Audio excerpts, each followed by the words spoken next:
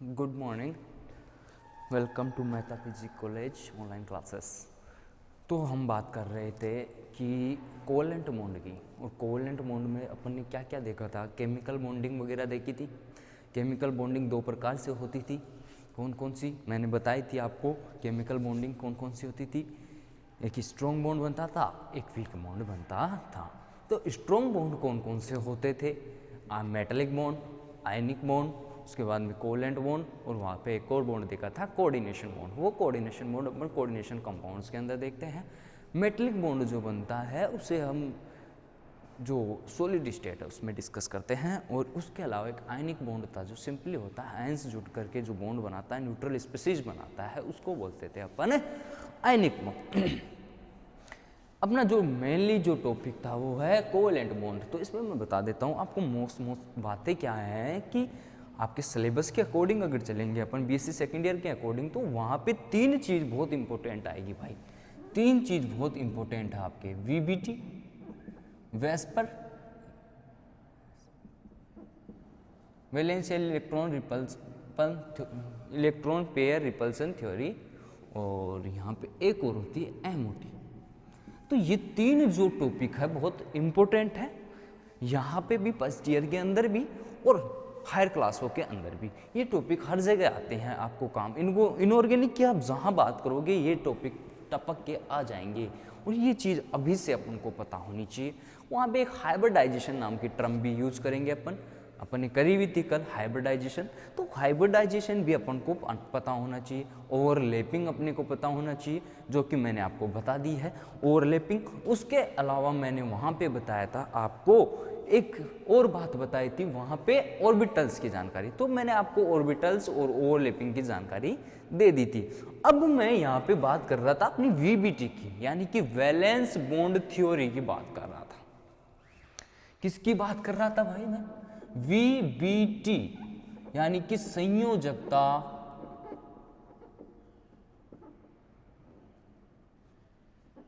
बंध सिद्धांत। और इसके अंदर मैंने इसके आपको पॉइंट्स बताए थे। वो पॉइंट्स क्या क्या बताए थे तो वो मैंने आपसे अच्छे से एक बार डिस्कस कर लिए थे, लेकिन एक बार फिर से बता देता हूँ वीबीटी के बारे में। वीबीटी के अकॉर्डिंग क्या होता है कि दो समान एनर्जी वाले ऑर्बिटल्स या डिफरेंट एनर्जी वाले ऑर्बिटल्स आपस में ओवरलैप करते हैं। ठीक है, ओवरलैप करते हैं तो वहां पे ओवरलैपिंग जब भी होगी जब दोनों ऑर्बिटल्स के पास क्या हो, विपरीत चक्रण के साथ क्या हो, इलेक्ट्रॉन प्रेजेंट हो। कैसे, यहाँ पे मैंने बताया था कि जैसे एस ऑर्बिटल है तो यहाँ पे अगर स्पिन इसकी ऐसे है क्लॉकवाइज है, तो यहाँ पे स्पिन कैसे होनी चाहिए, एंटी क्लॉकवाइज। और उसके बाद में वो ओवरलैप होंगे, और ओवरलैप होने से जो बॉन्ड बनता है उसे सिग्मा बॉन्ड, पाई बॉन्ड या डेल्टा बॉन्ड बोलते थे अपन। ये बात मैंने आपको बता दी है भाई, वहाँ पे ये बात मैंने आपको बता दी है। तो वीबीटी के अकॉर्डिंग मैं क्या बोल सकता हूँ कि वैलेंस बॉन्ड, और ये दी कि किसने थी, ये पोलिंग नाम के साइंटिस्ट थे। वैसे वीबीटी को अगर तुम देखना चाहो, डिटेल में पढ़ना चाहो आप, तो ये वीबीटी अपन ट्रांजिशन मेटल्स के अंदर हाइब्रिडाइजेशन काम करते हैं, निकालते हैं वहाँ पे। और उसके साथ साथ वहाँ पे देखते हैं कि इलेक्ट्रॉन अनपेयर्ड है या पेयर्ड है। उसके अलावा वहाँ पे और क्या चीज़ देखते हैं अपन, उसके अलावा देखते हैं कि मोलिक्यूल कैसा बिहेव शो करेगा, मोलिक्यूल का क्या बिहेव होगा, ये पैरामैग्नेटिक होगा, डायमैग्नेटिक होगा, कैसा होता है, ये सारी बातें वहाँ अच्छे से और डिस्कस करते हैं। Strong field ligand, weak field ligand, ये सब। इसके अलावा वीबीटी, सीएफटी, ये आगे जैसे जैसे हम क्लासों में, हायर क्लासों में जाएंगे वहाँ पे ये इनकी और ज़्यादा बढ़ती जाएगी, डिमांड बढ़ती जाएगी। तो अपने यहाँ पे जितना है मैं उतने ही की बात करूँगा भाई, उतने की ही बात करूँगा। तो देखो वीबीटी क्या था कि वीबीटी के अकॉर्डिंग क्या था कि बॉन्ड का निर्माण तब होता है जब दूर स्थित दो ऐसे ऑर्बिटल्स जिनमें केवल एक एक इलेक्ट्रॉन प्रेजेंट हो और वो भी विपरीत चक्रण के साथ प्रेजेंट हो, तो आपस में ओवरलैप करते हैं या इंटरमिक्स होते हैं और वहाँ पे बॉन्ड का फॉर्मेशन हो जाता है। तो इसके कुछ इंपॉर्टेंट पॉइंट्स थे जो मैंने बताया था कि यहाँ पे बॉन्ड का निर्माण एटॉमिक ऑर्बिटल्स के ओवरलैपिंग से होता है। पहली बात तो ये बताई थी कि बॉन्ड का जो निर्माण है, बॉन्ड का फॉर्मेशन जो है वो क्या होता है, atomic orbitals sorry atomic orbitals के ओवरलैपिंग से होता है, ओवरलैपिंग से होता है, यानी कि दो परमाणु कक्षक आपस में क्या करते हैं, ओवरलैप, और वहां पे क्या होता है, बॉन्ड बनता है। नेक्स्ट मैं बात पॉइंट अगर बताऊं आपको यहाँ पे वीबीटी के अकॉर्डिंग, तो वीबीटी ये बोलता है कि जब बॉन्ड बनेगा, बॉन्ड कब बनेगा, जब दोनों ऑर्बिटल्स के पास क्या हो, एक एक इलेक्ट्रॉन हो, लेकिन क्या हो, विपरीत चक्रण के साथ हो, तब जाके ही बॉन्ड बनता है, तब जाके ही बॉन्ड बनता है। यानी कि ये दोनों क्या होनी चाहिए, एक दूसरे के विपरीत चक्रण में होनी चाहिए, यानी एक क्लॉकवाइज है तो एक एंटी क्लॉकवाइज होना चाहिए। इतनी बात समझ में आ गई हो गई। नेक्स्ट अगर मैं बात करूं यहां पे और पॉइंट की, तो वो पॉइंट क्या हो सकता है, ये दोनों जैसे ही ऑर्बिटल एक दूसरे के पास आएंगे तो ये एक दूसरे में क्या हो जाएंगे, मर्ज, यानी कि वही बात है कि जैसे ही दोनों ऑर्बिटल्स एक दूसरे के पास आएंगे विपरीत चक्रण के साथ, तो वहां पे ये दोनों क्या हो जाएंगे, एक दूसरे में मर्ज हो जाएंगे, एक दूसरे में क्या हो जाते हैं, मर्ज हो जाते हैं।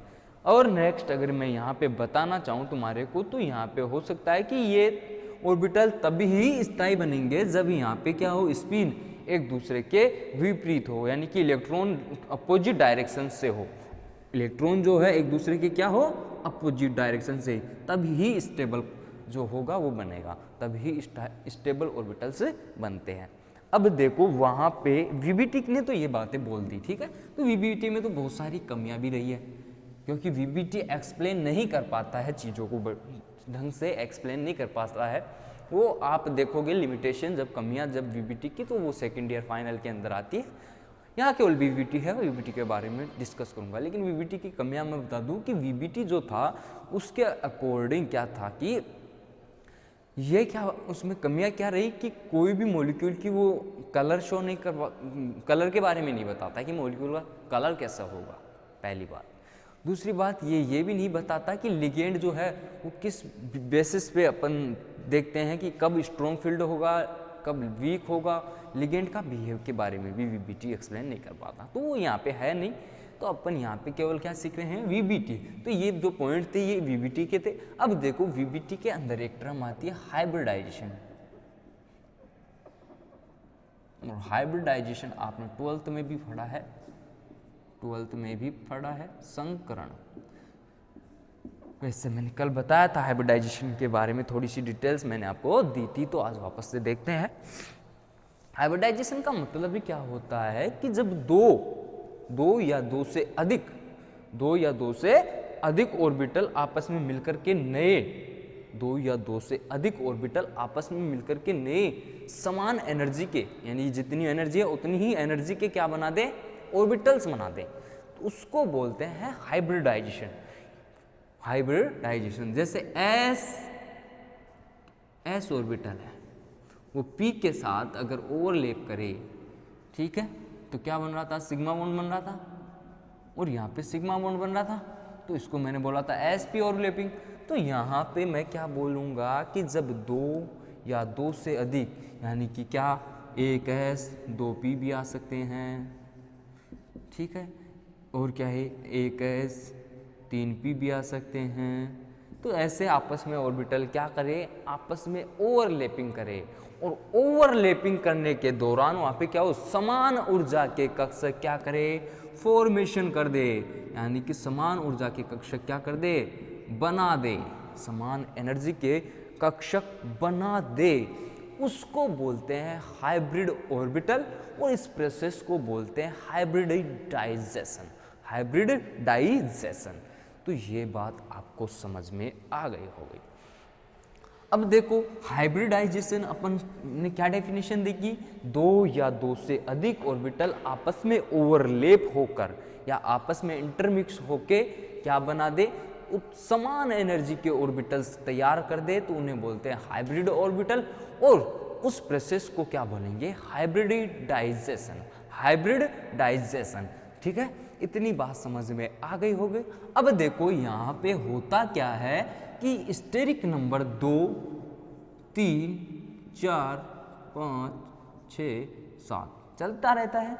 तो यहाँ पे तुमने देखा होगा कि एक S और एक P होता है, यहाँ पे तुमने देखा होगा एक S और 2 P होते हैं।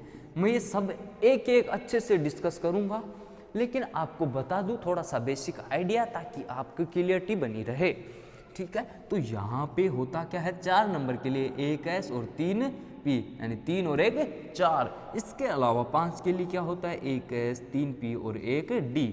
इसके अलावा 6 के लिए SP3D2, 3 और 2 5 और एक 6। इसके अलावा एक होता है एक S 3 P और 3 D। ऐसे यहाँ पे कितने हाइब्रिडाइजेशन बन जाते हैं, यानी कि मैंने क्या बोला कि एक S और एक P मिलकर के क्या बना रहा है, SP हाइब्रिडाइजेशन कर रहा है, SP हाइब्रिडाइजेशन कर रहा है। अब यहाँ पे अपन क्या देखेंगे, इनकी ज्योमेट्री देखेंगे, शेप देखेंगे, ये सारी बातें अपन एक एक अच्छे से डिटेल में डिस्कस करेंगे। आपके एक टॉपिक में जो VBT है वहाँ पे हाइब्रिडाइजेशन है, तो वहाँ पे एक एक चीज़ यहाँ पे डिस्कस करेंगे यहाँ अपन। ठीक है, और वहाँ पे SP हाइब्रिडाइजेशन की अगर मैं बात करूँगा, SP हाइब्रिडाइजेशन की अगर मैं बात करूँगा तो यहाँ पे SP हाइब्रिडाइजेशन की शेप कैसी होती है, हाइब्रिडाइजेशन क्या होता है और इसको निकालते कैसे हैं, तो ये सारी बातें एक एक मैं यहाँ पे डिस्कस करूँगा। लेकिन उससे पहले मैं क्या बता दूँ, थोड़ा सा बेसिक आइडिया कि हाइब्रिडाइजेशन कैसे निकालते हैं, ये वाले जो निकालते कैसे हैं, तो आपको पता होना चाहिए। वैसे आपने पढ़ा होगा कि फॉर्मूला होता है हाइब्रिडाइजेशन निकालने का, फॉर्मूला होता है, तो आप वहाँ पे क्या करोगे, हाइब्रिडाइजेशन कैलकुलेट कर लोगे। लेकिन मैं आपको फिर से एक बार बता दूं कि हाइब्रिडाइजेशन निकालते कैसे हैं, क्योंकि यहाँ पे हाइब्रिडाइजेशन का ही टोटली रोल है, VBT में भी और वेस्पर में भी। तो यहाँ पे हाइब्रिडाइजेशन अगर तुम्हें निकालना आता है, से पता होती है, तो आपका क्वेश्चन सोल्व हो जाएगा। तो सिंपल सा और बहुत ही अच्छा फॉर्मूला है। तो मैं बता दूं आपको यहाँ पे हाइब्रिडाइजेशन का क्या फॉर्मूला होता है, स्टेरिक नंबर बराबर हो सकते हैं यहाँ पे क्या, यूनिवेलेंट, सॉरी देखो क्या होता है, सेंट्रल एटम के वैलेंस शेल के इलेक्ट्रॉन, सेंट्रल एटम के valence shell electron, valence shell electron plus univalent species plus minus charge divide by 2। इस फॉर्मूले से आपके जो जितने भी हाइब्रिडाइजेशन है वो निकल के यहाँ पे आ जाएंगे। अब देखो, सेंट्रल एटम जो भी होगी उसके वैलेंस शेल के इलेक्ट्रॉन पता होनी चाहिए, और वो आपको पीरियोडिक टेबल से पता होनी चाहिए, वो आप खुद से ही डिटेल से डिस्कस करोगे उसको। तो यहाँ पे मैं बात बता दूँ, सेंट्रल एटम के वैलेंस शेल के इलेक्ट्रॉन अगर आप चेक करना चाहो तो आता है hydrogen, helium, lithium, beryllium, boron, carbon, nitrogen, oxygen, fluorine, neon, यही चलता है। तो यहाँ पे पता होना चाहिए कि वैलेंस शेल के इलेक्ट्रॉन इसके पास तो एक ही होता है, इसके पास 2 ही होते हैं, इसके पास कितना होता है, 1 होता है, बेरिलियम के पास कितना होता है, 2, बोरोन के पास 3, कार्बन के पास 4, नाइट्रोजन के पास 5। वो वैलेंस शेल के इलेक्ट्रॉन पता होना चाहिए भाई, 11th-12th में ये चीज़ें पढ़ के आए हो आप, ठीक है। तो ये तो हो गए वैलेंस शेल के इलेक्ट्रॉन, यानी कि जो भी सेंट्रल एटम होगी वहां पे तुम्हें क्या करना है, वैलेंस शेल के इलेक्ट्रॉन रखने हैं, प्लस क्या करना है, यूनिवेलेंट स्पीशीज। और यूनिवेलेंट स्पीशीज होती क्या है कि जो सिंगल बॉन्ड के साथ जुड़ती हो, जैसे हाइड्रोजन, क्लोरीन, ब्रोमीन, आयोडीन, यानी कि पूरे हेलोजन, जितने भी हेलोजन फैमिली होती है वो वहाँ पे लिख देना भाई। वहाँ पे क्या हो गई, इसके साथ SO2R, CH3, कुछ भी जो सिंगल बॉन्ड के साथ जुड़ता हो, ठीक है। तो वो वाले जो सिंगल बॉन्ड के साथ जुड़ते हैं वो क्या होते हैं, यूनिवेलेंट स्पीशीज होती है। और चार्ज से मतलब क्या है कि जो उसके ऊपर चार्ज आए आपके पास, यानी कि उस पर क्या आए, नेगेटिव आए तो जोड़ना है, और पॉजिटिव आए तो वहाँ पे माइनस कर देना है। तो इतनी बात कर देनी है और 2 से डिवाइड कर देना है, इतनी बात वहाँ पे कर दोगे, हाइब्रिडाइजेशन कैलकुलेट हो जाएगा आपका। तो ऐसे कोई भी एग्जाम्पल लो, ऐसे कोई भी एग्जाम्पल लोगे आप तो वहाँ पे इस वाले फॉर्मूले से क्या होगा, हाइब्रिडाइजेशन कैलकुलेट हो जाएगा। देखना मेरी बात समझना है यहाँ पे।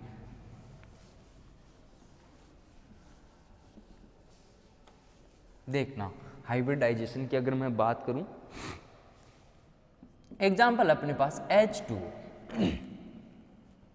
H2O अपने पास क्या है, एग्जाम्पल है। कोई हमसे पूछे इसका हाइब्रिडाइजेशन क्या होगा, H2O का हाइब्रिडाइजेशन क्या होगा या संकरण क्या होगा इसका, तो देखना। तो यहाँ पे करना क्या है, तुम्हें करना क्या होगा, स्टेरिक नंबर जब भी निकालो आप तो क्या करना है आपको, सेंट्रल एटम के वैलेंस शेल के इलेक्ट्रॉन देखने हैं। और सेंट्रल एटम यहाँ पे होती है ऑक्सीजन। कैसे कि ये सेंट्रल एटम तो देखना आना चाहिए। सेंट्रल एटम वो होती है जो मतलब जिसका एटॉमिक, एक तो बेसिक आइडिया होता है कि एटॉमिक नंबर जिसका ज़्यादा हो वहाँ पे, और साथ ही साथ वहाँ पे क्या हो, इलेक्ट्रॉन नेगेटिविटी उसकी, यानी कि जिसकी इलेक्ट्रॉन नेगेटिविटी ज़्यादा होगी वहाँ पर वो क्या होगा, वहाँ पे वो क्या होगा, सेंट्रल एटम होगी। इसके अलावा कुछ और भी तरीके होते हैं, मतलब जरूरी नहीं होता। कई कई एग्जाम्पल में क्या होता है कि सेंट्रल एटम जो होता है मोर इलेक्ट्रोनेगेटिव एटम नहीं होता, तो वो तो अलग अलग कंडीशंस होती हैं, तो वहाँ पे तुम्हें दिख जाएगा कि सेंट्रल एटम कौन सा होगा अच्छे से, वो तो ऑटोमेटिक दिख जाएगा। अब देखो ऑक्सीजन है तो ऑक्सीजन का अपने को पता होना ही चाहिए कि ऑक्सीजन कितने पे आता है, 8 पे आता है। और इसके वैलेंस शेल में इलेक्ट्रॉन देखे तो 1s2 2s2 2p4, 4 और 2 6 और 2 8। तो ये जो होते हैं ये वैलेंस शेल के इलेक्ट्रॉन होते हैं, यानी कि 4 और 2 6। तो यहाँ पे मैं क्या कर दूंगा 6। इसके साथ यहाँ पे क्या होगा कि यूनिवेलेंट स्पीशीज, यानी कि हाइड्रोजन जुड़ा हुआ है। हाइड्रोजन इससे क्या है, सिंगल बॉन्ड से ही तो जुड़ा हुआ है, तो सिंगल बॉन्ड से जुड़ा हुआ है तो कितने हाइड्रोजन जुड़े हुए हैं, 2। तो मैं क्या लिख दूंगा 2। चार्ज कुछ है नहीं इसके पास, चार्ज 0 है, तो यहाँ पे फिर क्या कर देंगे, डायरेक्ट 2 से डिवाइड कर देंगे। तो यहाँ पे 8 को 4 से जब मैं डिवाइड करूँगा, 8 को जब मैं 2 से डिवाइड करूँगा तो यहाँ पे क्या आएगा 4। तो इसका हाइब्रिडाइजेशन अगर मैं बात करूँ तो S एक 4 के लिए देखो, यहाँ पे 4 के लिए अगर तुम देखोगे तो sp3 हाइब्रिडाइजेशन यहाँ पे आ जाएगी। 4 के लिए जब तुम देखोगे तो sp3 हाइब्रिडाइजेशन आ जाएगी। इसके बाद देखो बात करें हम और एग्जाम्पल लो, और एग्जाम्पल ले लो BeCl2। और BeCl2 बेरिलियम, बेरिलियम में कितना होता है 2। अगर स्टेरिक नंबर कैलकुलेट करूँ तो बेरिलियम में 2 होता है वैलेंस शेल में इलेक्ट्रॉन। अरे भाई बेरिलियम 4 पे, हाइड्रोजन हीलियम लिथियम बेरिलियम 4 पे, तो 1s2 2s2 ये जो इलेक्ट्रॉन होंगे ये वैलेंस शेल के इलेक्ट्रॉन होंगे। तो ये वाले वैलेंस शेल के इलेक्ट्रॉन हो गए 2। और यहाँ पे यूनिवेलेंट स्पीशीज कितनी है 2, तो इससे मैं डिवाइड करूँगा 2 से, तो यहाँ पे क्या आएगा कैलकुलेट होके 4/2 यानी कि 2। तो इस 2 के लिए क्या आ रहा है sp, तो ये क्या हुआ इसका हाइब्रिडाइजेशन। तो ऐसे अपने को कैलकुलेट करने हैं, ऐसे अपन को क्या करने हैं कैलकुलेट करने होंगे। और 11th-12th में और फॉर्मूले भी चलते हैं, और फॉर्मूले भी चलते हैं भाई, तो वो तो चलते रहते हैं। इसके अलावा अगर तुम किसी भी एग्जाम्पल को सोल्व कर लो, PCl5 PCl3 NH3 और इसके अलावा CO3-2 SF6, इसके अलावा XeO F2 XeO2 F4, कुछ भी ले लो, ये सारे सब में आप कैलकुलेट कर सकते हो हाइब्रिडाइजेशन, सब में कैलकुलेट कर सकते हो।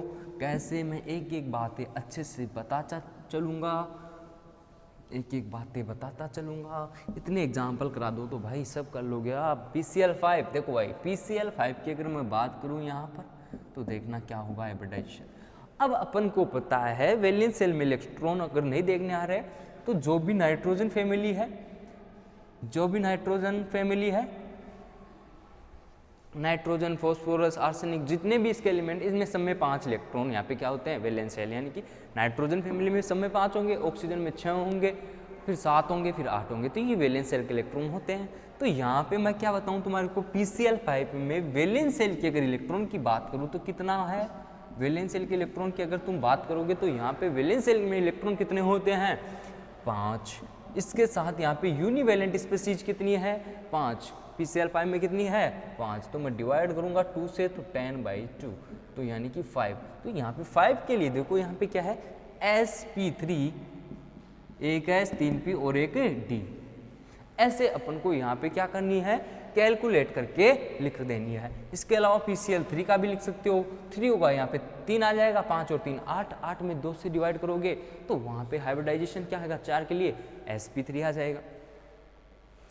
इसके अलावा देखो CO3-2 वाला देखो।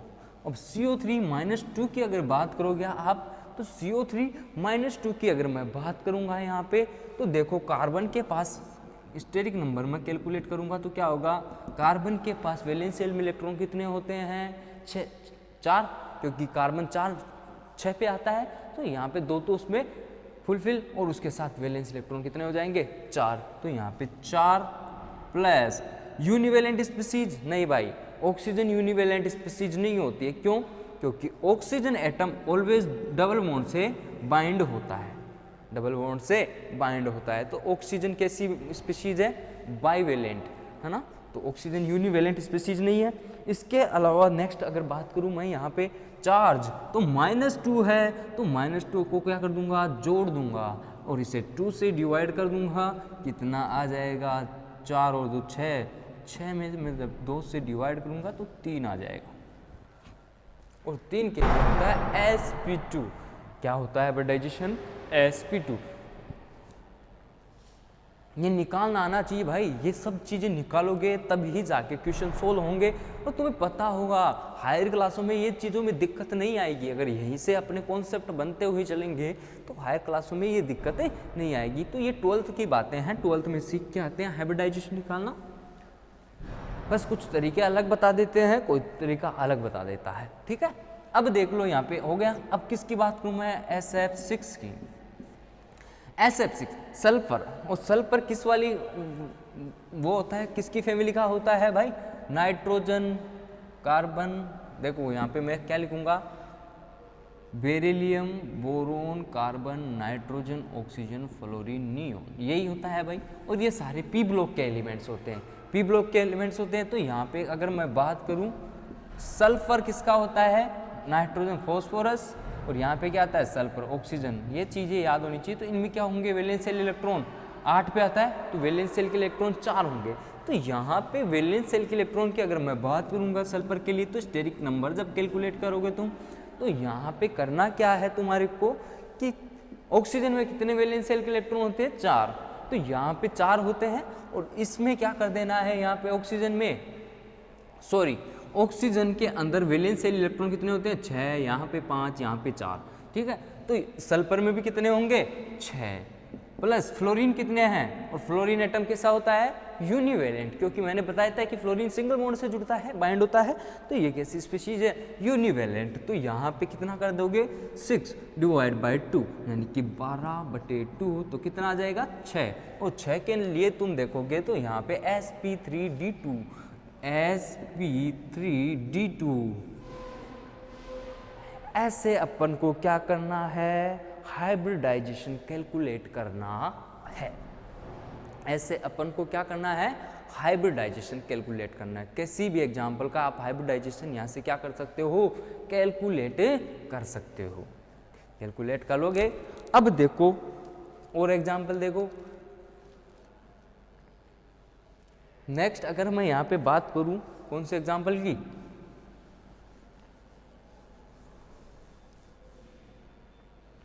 देखना भाई नेक्स्ट एग्जाम्पल यहाँ पे ले लेते हैं अपन, ये ले लेते हैं XeO2F4।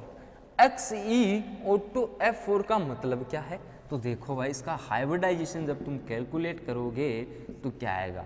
अब जिनोन आपको पता होना चाहिए कि इस वाली रो में आता है, यहाँ पर नियोन क्रिप्टोन और आर्गोन जियोन जिनोन ये आता है।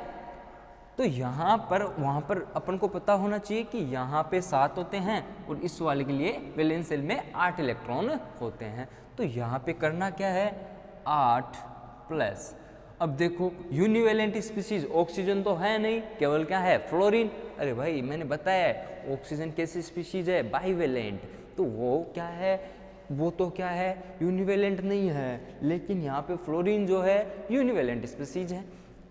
तो फ्लोरीन कितने हो गए, 4/2, तो 8 और 4 कितने हो गए भाई, 12, तो 12/2, तो करोगे सोल्व तो 6 यहाँ पे आएगा।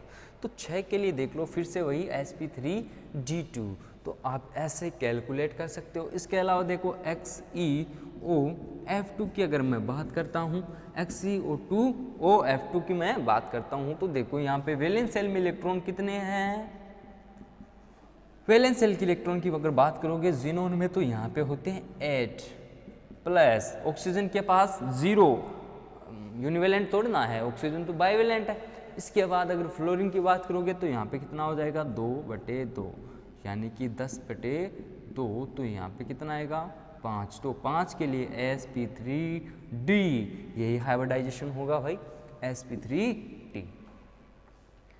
ऐसे अपन को यहाँ क्या करना है, कैलकुलेट करने हैं, हाइब्रिडाइजेशन ऐसे यहाँ पे कैलकुलेट करना है। तो ये मैंने आपको बेसिक सा आइडिया दिया है, बेसिक सा यहाँ पे क्या बताया, हाइब्रिडाइजेशन कैलकुलेट करना। और ये हाइब्रिडाइजेशन एक ऐसी चीज़ है जो जहाँ पे इनऑर्गेनिक की बात होगी वहाँ पे लगभग जगह ये काम में आएगा।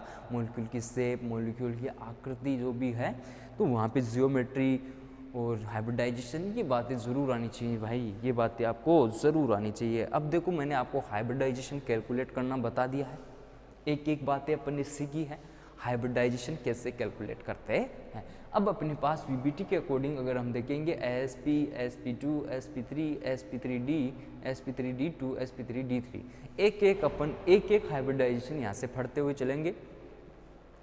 जैसे ही sp की बात करूंगा मैं, तो sp हाइब्रिडाइजेशन जैसे ही आप पढ़ोगे यहाँ पे, तो sp हाइब्रिडाइजेशन में मैं बताऊंगा इसकी शेप कैसी होती है, क्या ज्योमेट्री होती है इसकी, ठीक है, और उसमें हाइब्रिडाइजेशन में जो भी होते हैं वो कौन कौन से ऑर्बिटल आपस में ओवरलैप करते हैं और हाइब्रिडाइजेशन बनाते हैं। फिर हम उनकी स्ट्रक्चर वगैरह भी ड्रॉ करेंगे यहाँ पे। तो यहाँ पे एक एक हाइब्रिडाइजेशन अपन पढ़ते हुए चलेंगे।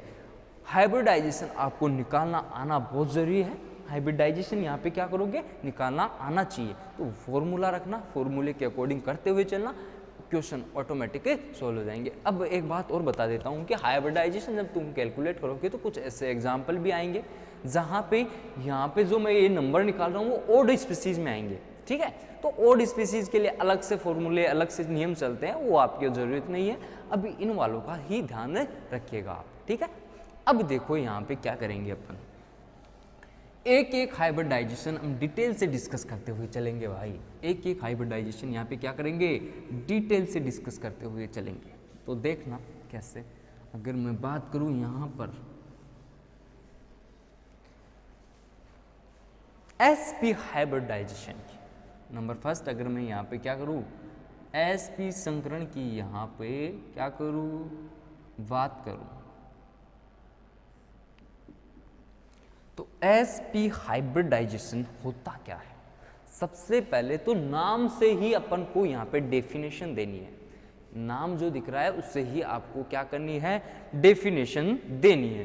तो यहाँ पे क्या होगा कि जब s ऑर्बिटल और p ऑर्बिटल, यानी कि एक s और एक p ऑर्बिटल आपस में ओवरलैप करके क्या बना दे, sp हाइब्रिडाइजेशन बना दे। यानी कि समझना मेरी बात कि एक S और एक P, ठीक है,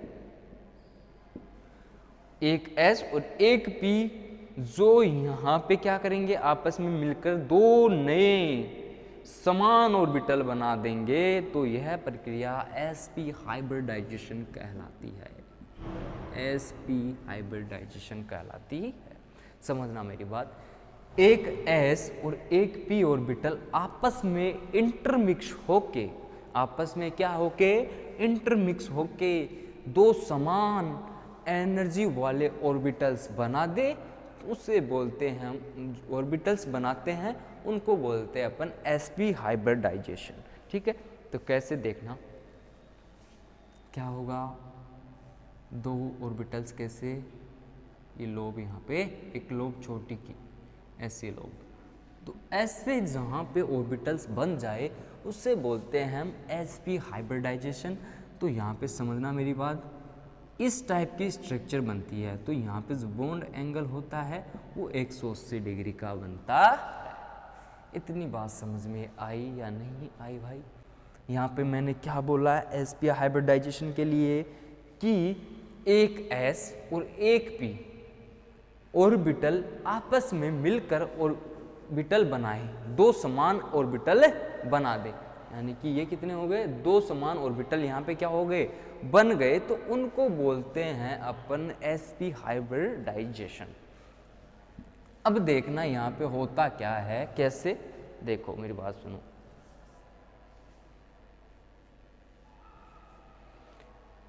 देखो एग्जाम्पल ले, अपन अभी थोड़ी देर पहले अपन ने देखा था BeCl2 और BeCl2 की अगर मैं बात करूं यहाँ पे तो अब तुमको पता होना चाहिए इसमें हाइब्रिडाइजेशन क्या है। अरे भाई तुमको ये नहीं पता होगा कि हाइब्रिडाइजेशन क्या है तो फिर सोल्व नहीं होगा एग्जाम्पल अपना। तो इसमें फर्स्ट ऑफ ऑल अपन को क्या आना चाहिए? हाइब्रिडाइजेशन निकालना आना चाहिए, जो कि मैंने अभी थोड़ी देर पहले बताया। स्टेरिक नंबर यहाँ पे बेरिलियम में कितना होगा? 2, वैलेंस इलेक्ट्रॉन 2, क्लोरीन 2, तो 2 और 2 4, तो 4/2 के लिए क्या आ जाएगा? 2, तो 2 के लिए होता है sp हाइब्रिडाइजेशन। ठीक है, एक बात और बता देता हूं मैं कि ये जो अपने पास 2 sp ऑर्बिटल बने वो कितनी लोब से बनते हैं भाई? कितनी लोब से? 2 लोब का बना होता है। एक लोब यहाँ पे बड़ी होती है और एक लोब यहाँ पे क्या होती है? छोटी लोब होती है। तो BeCl2 की अगर मैं बात करूँ तो यहाँ पे सबसे पहले तो तुम्हें यही पता होना चाहिए कि इसमें sp हाइब्रिडाइजेशन। अपन पढ़ी sp हाइब्रिडाइजेशन है तो एग्जाम्पल भी उसका ही लेंगे पहली बात तो अब देखो कि बेरिलियम जो होगा, बेरिलियम जो होगा ये अपने को पता है इसके एटॉमिक ऑर्बिटल होता है, वो एटॉमिक नंबर जो होता है यहाँ पे, एटॉमिक नंबर जो होता है 4 होता है। तो जब तुम इसका इलेक्ट्रॉनिक कन्फिग्रेशन लिखते हो, इलेक्ट्रॉनिक कन्फिग्रेशन जब तुम लिखोगे यहाँ पे तो कैसे लिखोगे? 1s2 और 2s2 ऐसे ही तो लिखते हो। और p ऑर्बिटल यहाँ पे क्या है? खाली है। p ऑर्बिटल यहाँ पे क्या है? खाली है। तो यहाँ पर क्या करोगे तुम कि बेरिलियम जो है उसके लिए अगर मैं ऑर्बिटल्स बनाऊंगा, इसमें 2 इलेक्ट्रॉन्स प्रेजेंट हैं, इसमें भी 2 इलेक्ट्रॉन प्रेजेंट है, लेकिन आपका जो p ऑर्बिटल है वो क्या है? खाली है, इसके पास अभी कुछ ही नहीं है। तो देखना ये इसकी क्या है? ग्राउंड स्टेट, यानी कि मूल अवस्था, ग्राउंड स्टेट है। तो यहाँ पे अपन ने सिंपल सा क्या लिखा है? इलेक्ट्रॉनिक कॉन्फ़िगरेशन लिखा है। ये तो आपने सीख लिया होगा पहले, इलेक्ट्रॉनिक कॉन्फ़िगरेशन कैसे लिखते हैं ये तो आपको पता होगा। तो यहाँ पे करना क्या है? आपको करना क्या है? नेक्स्ट स्टेप में करना क्या है? नेक्स्ट स्टेप की अगर मैं बात करूँ, इसमें 2 इलेक्ट्रॉन प्रेजेंट हैं, लेकिन s और यहाँ पे क्या है? p। देखना भाई, तो यहाँ पे सिंपल सा है कि एक्साइटेड स्टेट की मैं बातें करूँगा, उत्तेजित अवस्था की। तो ये जैसे उत्तेजित अवस्था में क्या होगा? ये वाला इलेक्ट्रॉन यहाँ आके फिल हो जाएगा। कैसे? एक इलेक्ट्रॉन यहाँ पे और एक इलेक्ट्रॉन यहाँ पर। तो देखो यहाँ पे होता क्या है फिर नेक्स्ट प्रोसेस में, देखना भाई, देखना यहाँ पे BeCl2 का एग्जाम्पल है अपना, BeCl2, ठीक है, एग्जाम्पल है। अब जैसे ही तुमने ये कर दिया, यहाँ पे मैं लिख सकता हूँ क्या? एक S और 2 एक P, सॉरी एक P, ये था अपना, यही बचा। और इधर तो S ऑर्बिटल है, ये क्या है? 1s2, 2s1 और 2, ये क्या हो गया इसका? 2p, px, py और pz। ये तो ऑर्बिटल्स के बारे में तो कल मैंने आपको बता ही दिया था। अब देखो होगा क्या? एक्साइटेड स्टेट है इसकी, तो यहाँ पे ये वाला जो बॉन्ड है, अब देखो हाइब्रिडाइजेशन क्या हो रहा है इसका, यहाँ पे देखना भाई, एक S और एक P मिलकर के क्या बना रहा है? एक S और एक P मर्ज हो जाएगा, ऐसे ही है। यहाँ पे हाइब्रिडाइजेशन क्या आ रहा है? इसके साथ क्लोरीन और इसके साथ क्लोरीन जुड़ जाएंगे यहाँ पे, अरे इसके साथ क्लोरीन जुड़ जाएंगे, एक एक इलेक्ट्रॉन लेके 2 क्लोरीन जुड़ जाते हैं यहाँ पे। एक क्लोरीन इसके साथ, एक क्लोरीन इसके साथ, और फिर आप अपने पास संकरण क्या है Sp, एक S और एक P। तो ये ऐसे अपन को यहाँ पे क्या करना है VBT बताता है। तो यहाँ पे मैंने क्या किया, इलेक्ट्रॉनिक कॉन्फ़िगरेशन लिखा, उसमें मैंने क्या किया, इलेक्ट्रॉन्स फिल करे। ये इसकी ग्राउंड स्टेट एक्साइट स्टेट जैसे होगी, इसका इलेक्ट्रॉन क्या होगा, उत्तेजित होकर के p ऑर्बिटल्स में चला जाएगा। तो जैसे p में गया, यहाँ पे एक क्लोरीन मैं इसके साथ बाइंड कर सकता हूँ, एक क्लोरीन मैं इसके साथ बाइंड कर सकता हूँ, तो BeCl2 बने जाएगा। तो उसमें हाइब्रिडाइजेशन क्या होता था Sp, वैसे भी निकाल लिया अपन ने, और ऐसे भी अपन को पता चल गया कि इसमें क्या है Sp हाइब्रिडाइजेशन है। तो अब देखो अपन अगर इसकी शेप की बात करें, यहाँ पे Sp हाइब्रिडाइजेशन की शेप की अगर मैं बात करूँगा तो कैसे देखना।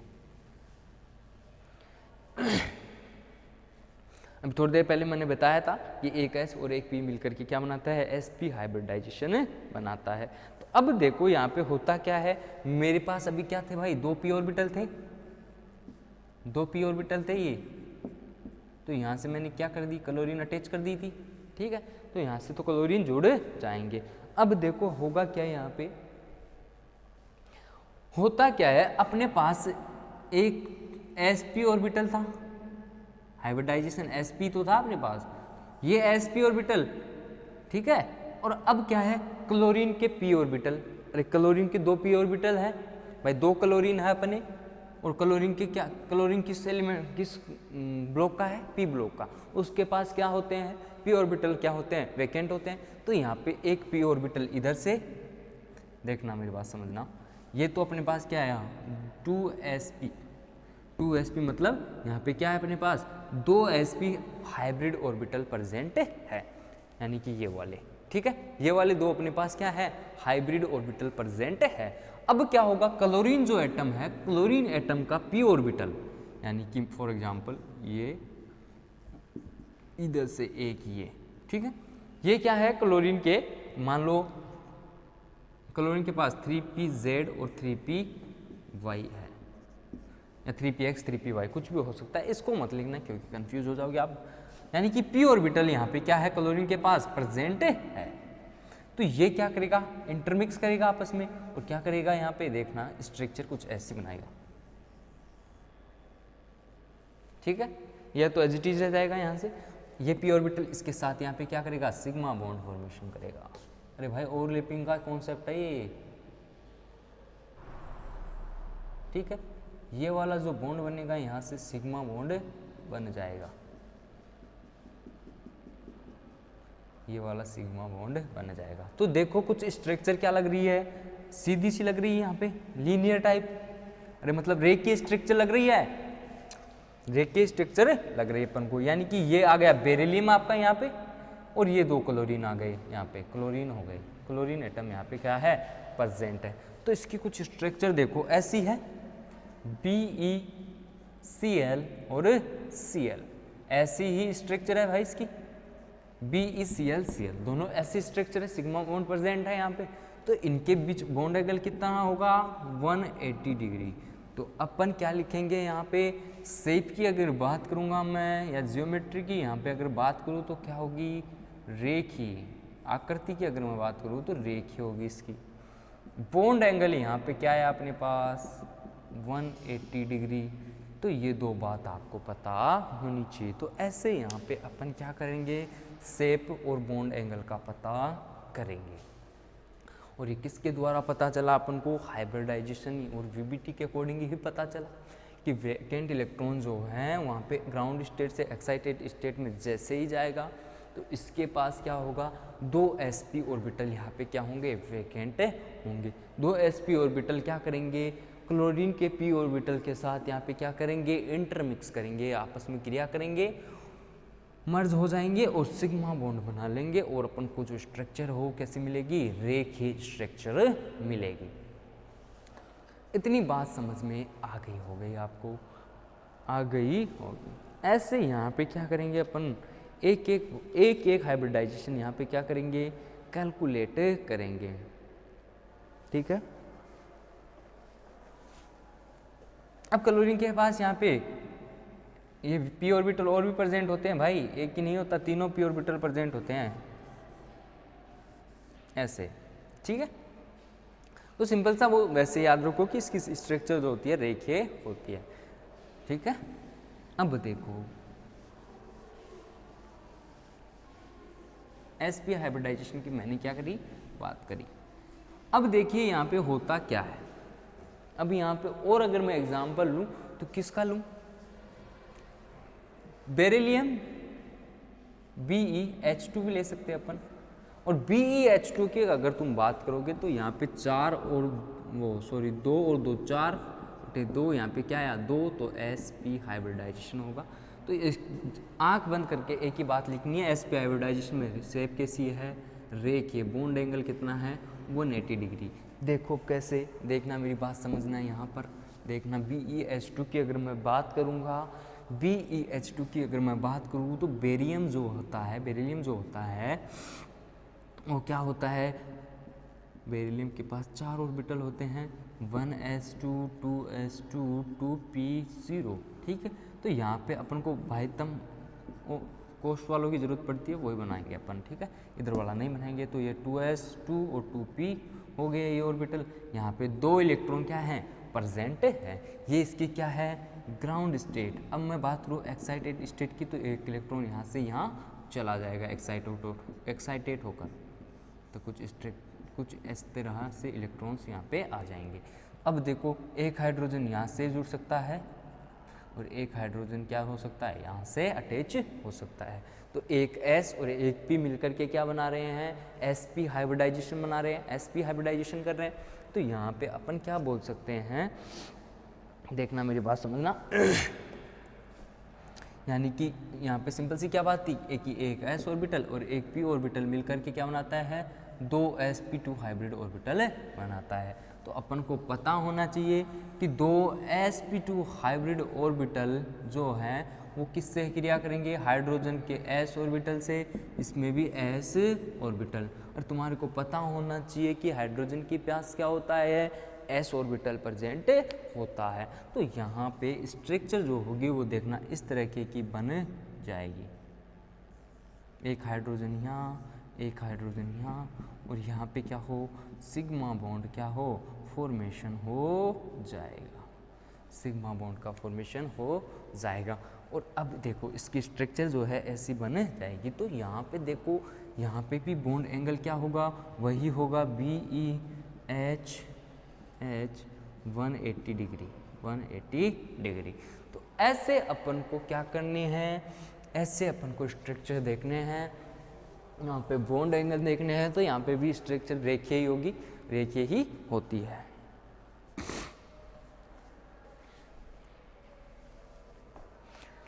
अब देखो यहाँ पे sp हाइब्रिडाइजेशन की मैंने क्या करी, बात करी। नेक्स्ट अगर आप बात करोगे किसकी, नेक्स्ट मैं अगर यहाँ पे बात करूं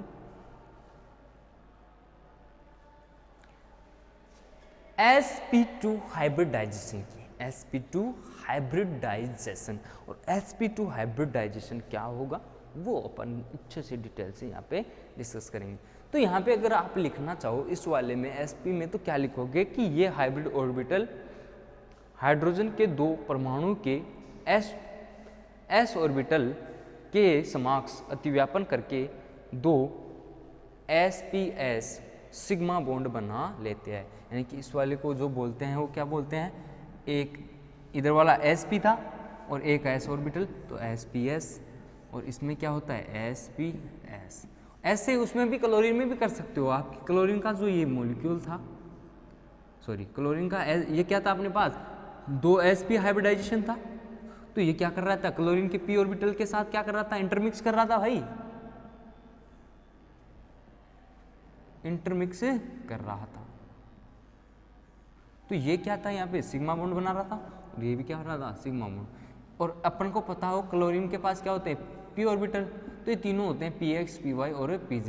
तो ये हो गया px, ये हो गया py, और ये मान लो pz। तो ये क्या करेंगे, आपस में ओवरलैप करते हैं। तो ऐसी थी, ऐसा ही था। तो यहाँ पे मैं क्या बोल सकता हूँ, यहाँ पे मैं क्या बोल सकता हूँ, spp अतिव्यापन, spp ये वाले क्या हो रहे हैं यहाँ पे सिग्मा बॉन्ड बन रहे हैं। कोई पूछ ले कि क्लोरीन जो BCl2 है उसमें कौन सा सिग्मा बॉन्ड बनता है, तो spp सिग्मा बॉन्ड बनता है। तो ये दोनों बातें बहुत ही इंपॉर्टेंट चीज़ बताई है। SPS इसमें spp जो बनता है वो सिग्मा बॉन्ड बनता है। इन दोनों के बीच का बॉन्ड एंगल जो होता है 180 डिग्री का होता है, और इसकी जो शेप होती है या आकृति जो होती है वो होती है कितनी होती है भाई, एक आकृति जो होती है वो रेखीय होती है। इतनी बात समझ में आ गई होगी एस ऑर्बिटल के बारे में। तो ये सारी बातें एस ऑर्बिटल के जिस तरीके से अपन ने देखी उसी प्रकार sp2 की देखेंगे, sp3 की देखेंगे, sp3d की देखेंगे, ऐसे एक एक करते हुए डिस्कस करेंगे अपन। अब नेक्स्ट यहाँ पे मैं अगर बात करूँ sp2 हाइब्रिडाइजेशन की, तो देखना भाई sp2 हाइब्रिडाइजेशन होता क्या है।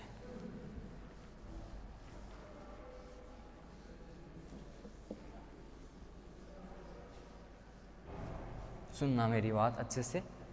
sp2 हाइब्रिडाइजेशन की यहाँ पे मैं बात करूँगा। नंबर सेकंड जो होगा sp2 संकरण, ठीक है। और sp2 संकरण होता क्या है कि एक s ऑर्बिटल, ठीक है, और दो p ऑर्बिटल आपस में इंटरमिक्स होकर के sp2 हाइब्रिडाइजेशन करते हैं। यानी कि मैं क्या बोल सकता हूँ, एक s ऑर्बिटल और दो p ऑर्बिटल आपस में मिश्रित होकर तीन नए sp2 हाइब्रिडाइजेशन ऑर्बिटल बनाते, हाइब्रिड ऑर्बिटल बनाते हैं, ठीक है। इस प्रोसेस को sp2 हाइब्रिडाइजेशन कहते हैं। कैसे, ये s ऑर्बिटल हो गया, मान लो ये p1 और ये 2, यानी ये px हो गया और ये py हो गया, ये s ऑर्बिटल हो गया। तो ये जो भी हाइब्रिडाइजेशन बनाते हैं या हाइब्रिड डाइजेशन बनाते हैं कुछ इस तरीके का बनाते हैं। देखना भाई, एक लोब, छोटी लोब जो होती है वहाँ पे ऐसे होती है। तो यहाँ पे उसमें जिस तरीके से अपन ने क्या बोला था कि दो लोब काम में आती है, एक लोब बड़ी लोब होती है, एक छोटी लोब होती है। तो यहाँ पे तीन लोब काम में आती है, एक लोब बड़ी होती है। यहाँ पे कितनी लोब काम में आ रही है अपने पास, तीन लोब है, दो ही लोब है यहाँ पे भी वैसे तो देखे जाए तो, यानी कि एक बड़ी वाली एक छोटी वाली, लेकिन होती कितनी लोब है, तीन लोब बड़ी होती है और तीन लोब छोटी होती है। तो इस तरीके का जो बॉन्ड एंगल यहाँ पे बनेगा वो अपने इनके बीच जो बॉन्ड एंगल होगा 120 का बनता है। क्यों, क्योंकि इसकी स्ट्रक्चर कुछ ऐसे होती है ट्राइगोनल टाइप, यानी कि ट्राइगोनल प्लेनर, यानी कि त्रिकोणीय प्लेन समतल, यानी कि ट्राइगोनल इस तरह की यहाँ पे क्या होती है स्ट्रक्चर प्रेजेंट होती है। यानी मैं क्या बोल सकता हूँ, एक s ऑर्बिटल और दो p ऑर्बिटल आपस में इंटरमिक्स होकर के क्या बनाते हैं, तीन sp2 हाइब्रिड ऑर्बिटल बनाते हैं। और हाइब्रिड ऑर्बिटल जो होते हैं इस प्रोसेस को क्या बोलेंगे, sp2 हाइब्रिडाइजेशन अपन बोलेंगे। तो यहाँ पे अगर तुम अब एग्जाम्पल लोगे और एग्जाम्पल लेके अगर सोल्व करके देखोगे तो आराम से समझ आ जाएगा। देखना भाई कैसे, देखना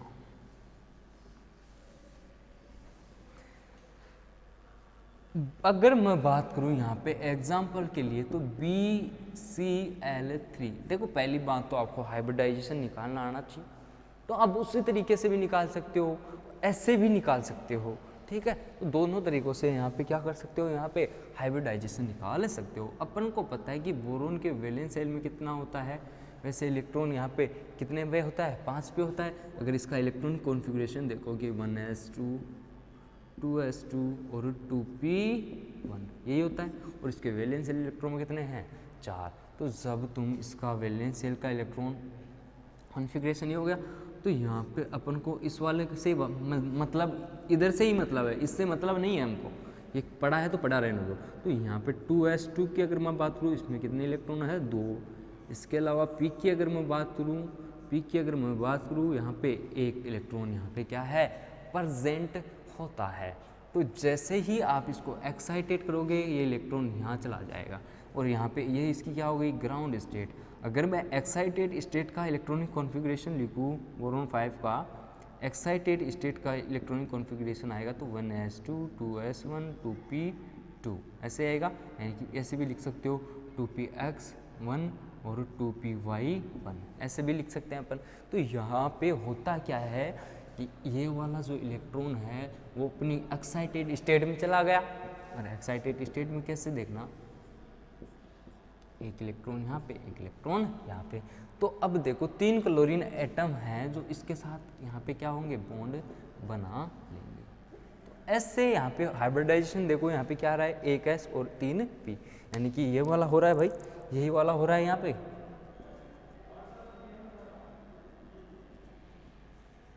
ये वाला बन रहा है, यानी कि 1s और 2p। तो यहाँ पे 1s और 2p मिलकर के क्या बना रहे हैं, 3sp2 हाइब्रिड ऑर्बिटल बना रहे हैं।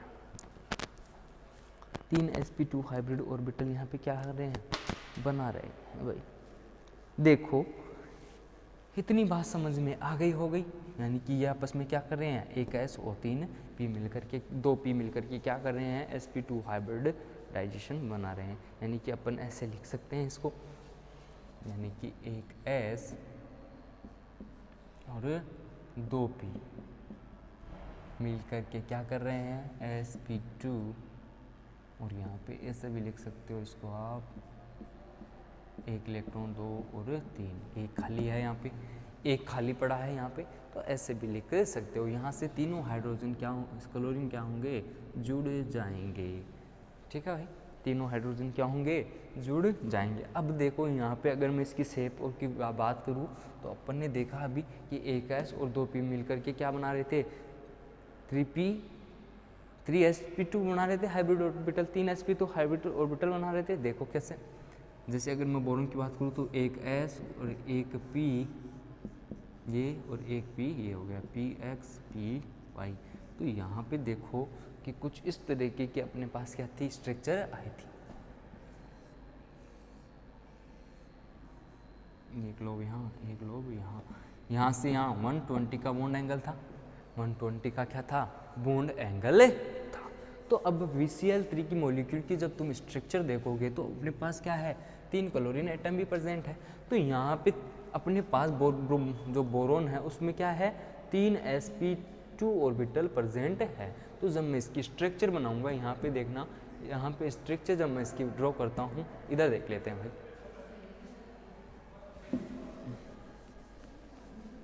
देखना अगर मैं इसके हाइब्रिड स्ट्रक्चर बनाऊंगा तो देखना ये तो अपने पास क्या है, sp2 हाइब्रिड ऑर्बिटल है। तो अब ये क्या करेंगे, क्लोरीन के p ऑर्बिटल, जो 3 p ऑर्बिटल है क्लोरीन के, उनसे क्या करेंगे, आपस में इंटरमिक्स करेंगे और सिग्मा बॉन्ड का फॉर्मेशन करेंगे। कुछ देखना, एक,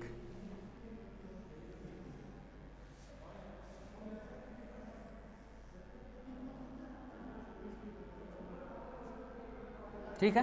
तो यहाँ पे देखो तुम्हारे को एक तो ये बॉन्ड बन गया, एक ये बॉन्ड बन गया और एक ये सिग्मा बॉन्ड बन गया। तो अपन यहाँ पे क्या बोलेंगे, ये कौन सा था, sp2, 3sp2, और ये क्या हुआ, p। तो यहाँ पे कौन सी सिग्मा बॉन्ड हुई, sp2p, sp2p, sp2p, और ये भी सिग्मा बॉन्ड बना जो क्या है, sp2p। यही सिग्मा बॉन्ड बना, हाँ यही सिग्मा बॉन्ड बना। तो यहाँ पे तुमने क्या देखा, ये क्लोरीन एटम है, क्लोरीन एटम के लिए p ऑर्बिटल्स है, p ऑर्बिटल है क्लोरीन का, तो px py pz ये तीनों ऑर्बिटल मान लो अपने पास क्या है, p ऑर्बिटल है, और ये सिग्मा बॉन्ड बना रहे हैं।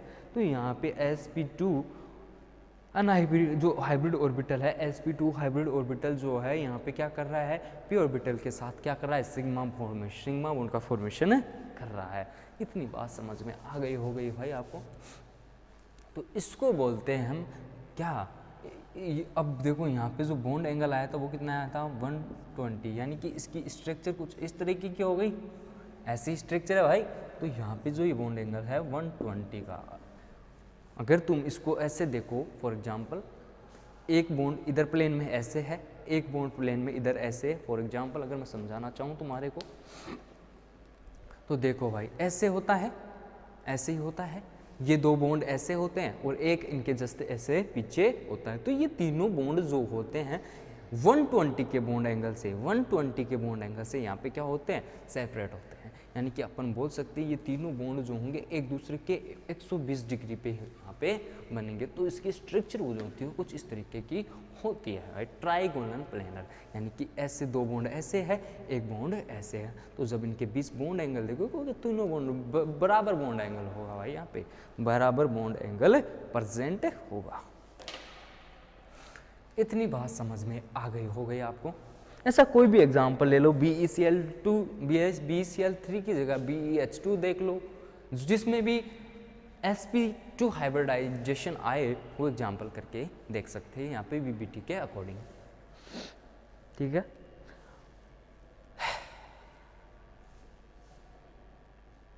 अब देखिए यहाँ पे नेक्स्ट हाइब्रिडाइजेशन उसकी बातें करता हूँ।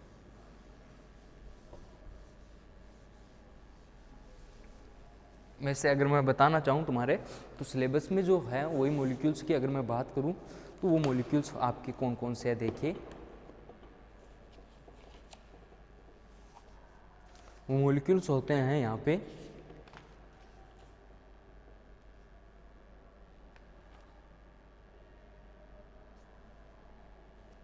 एक मिनट भाई, एक मिनट रुकना।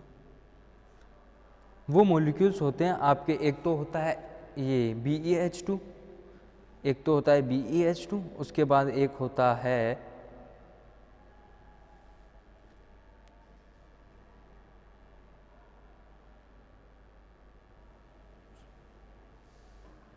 ये होते हैं भाई BeH2, NH3, H2O। ये मॉलिक्यूल्स जो होते हैं इनके बारे में अपन यहाँ पे क्या करते हैं, VBT डिस्कस करते हैं। तो अब देखिए यहाँ पे नेक्स्ट जो हाइब्रिडाइजेशन आएगा वो कौन सा आएगा, नंबर 3 की अगर मैं बात करूँ यहाँ पे तो वो हाइब्रिडाइजेशन होता है sp3 hybridisation. sp3 hybridisation number 3 की अगर मैं बात करूँ, sp3 संकरण की, एक S और यहाँ पे 3 P मिले हुए हैं, यानी कि बात करें अपन यहाँ पे क्या है, एक S है और 3 P, तो यहाँ पे जो बनेगा वो क्या बनेगा, sp3 ऑर्बिटल। यानी कि हम बोलेंगे यहाँ पर क्या देखना, अगर हम करना चाहें इसको तो ये तो हो गया अपने पास s ऑर्बिटल, इसके अलावा p ऑर्बिटल ये हो गया, एक तो ये वाला p ऑर्बिटल हो गया px, एक ये हो गया py और एक क्या हो गया pz ऑर्बिटल। यहाँ पे क्या हो गया, प्रेजेंट है, यानी कि px py और pz, px pz और py। तो यहाँ पे जो हाइब्रिड ऑर्बिटल बनता है वो कुछ इस तरीके की स्ट्रक्चर बनने की, देखना भाई ये तो अपने पास था ही, देखना भाई यहाँ पे जो स्ट्रक्चर बनती है वो टेट्राहाइड्रल टाइप बनती है। तो यहाँ पे मैं क्या बोलूँगा, कुछ इस तरीके से हाइब्रिडाइजेशन की स्ट्रक्चर होगी। ठीक है, इस तरीके की यहाँ पे क्या होगी, स्ट्रक्चर बनती है।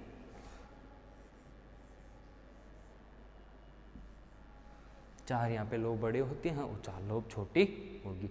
तो यहाँ पर जो बॉन्ड एंगल होगा वो होगा 109 डिग्री 28 मिनट के अंतर्गत। यहाँ पे बॉन्ड एंगल कितना होगा, 109 डिग्री 28 मिनट का यहाँ पे क्या होगा, बॉन्ड एंगल होता है। और इसकी शेप की बात करूँ तो होती है टेट्राहाइड्रल। टेट्राहाइड्रल समझना मेरी बात को एक बार, टेट्राहाइड्रल की स्ट्रक्चर जो होती है कुछ इस तरीके की होगी, देखना भाई।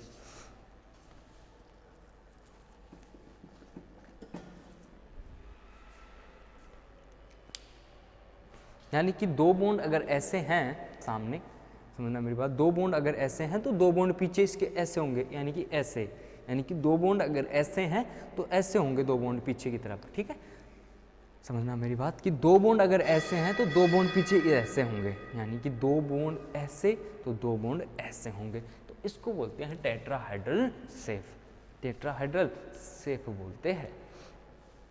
अब देखो यहाँ पे एग्जाम्पल की अगर हम बात करेंगे, तो यहाँ पे एग्जाम्पल लेंगे अपन CH4।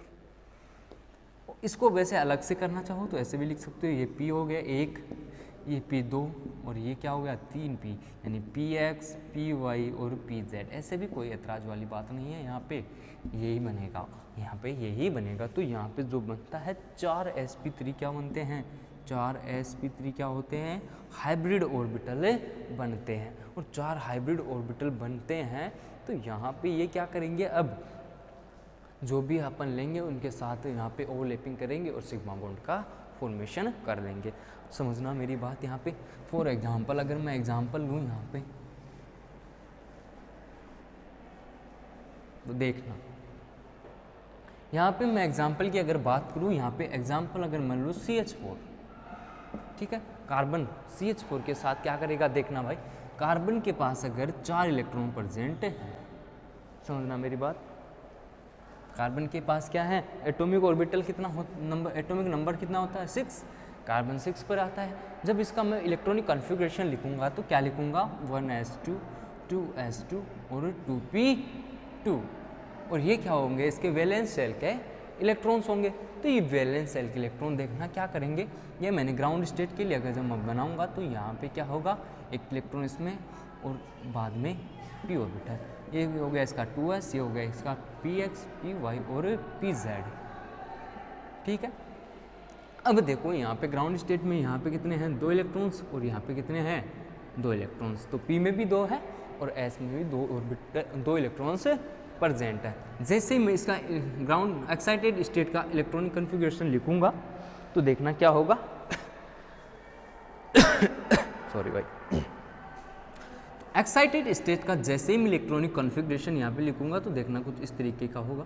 एक्साइटेड स्टेट का अगर मैं बताना चाहूँ तुम्हारे को तो इलेक्ट्रॉनिक कॉन्फ़िगरेशन की अगर मैं बात करूँगा यहाँ पे तो 1s2 2s2 2px1 2pxy1 2pz1 ऐसे होगा, यानी कि एक इलेक्ट्रॉन यहाँ चला जाएगा एक्साइटेड होकर इलेक्ट्रॉन कहाँ चला गया p ऑर्बिटल में चला जाएगा। तो मैं ऐसे भी तो बना सकता हूँ भाई इसको, एक इलेक्ट्रॉन यहाँ पे और 3 p में, यानी कि 1 2 और 3, यानी कि तीनों इलेक्ट्रॉन यहाँ पे प्रेजेंट हो गए px py और pz, और ये क्या हो गया s 2s 2s 2p 2pz ऐसे हो गया।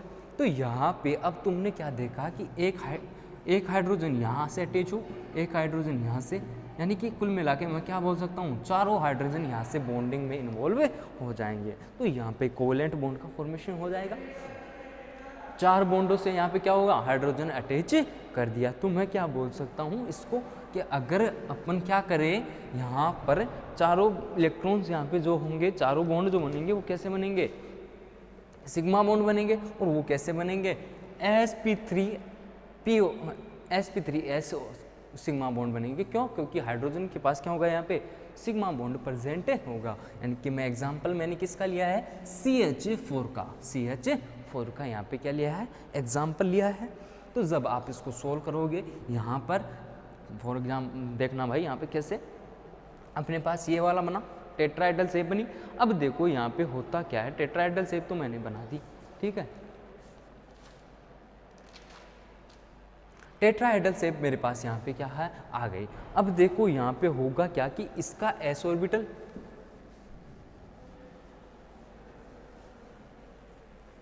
अब देखो यहाँ पे क्या हो रहा है, अपने पास अनहाई जो टेट्राहेड्रल स्ट्रक्चर आई,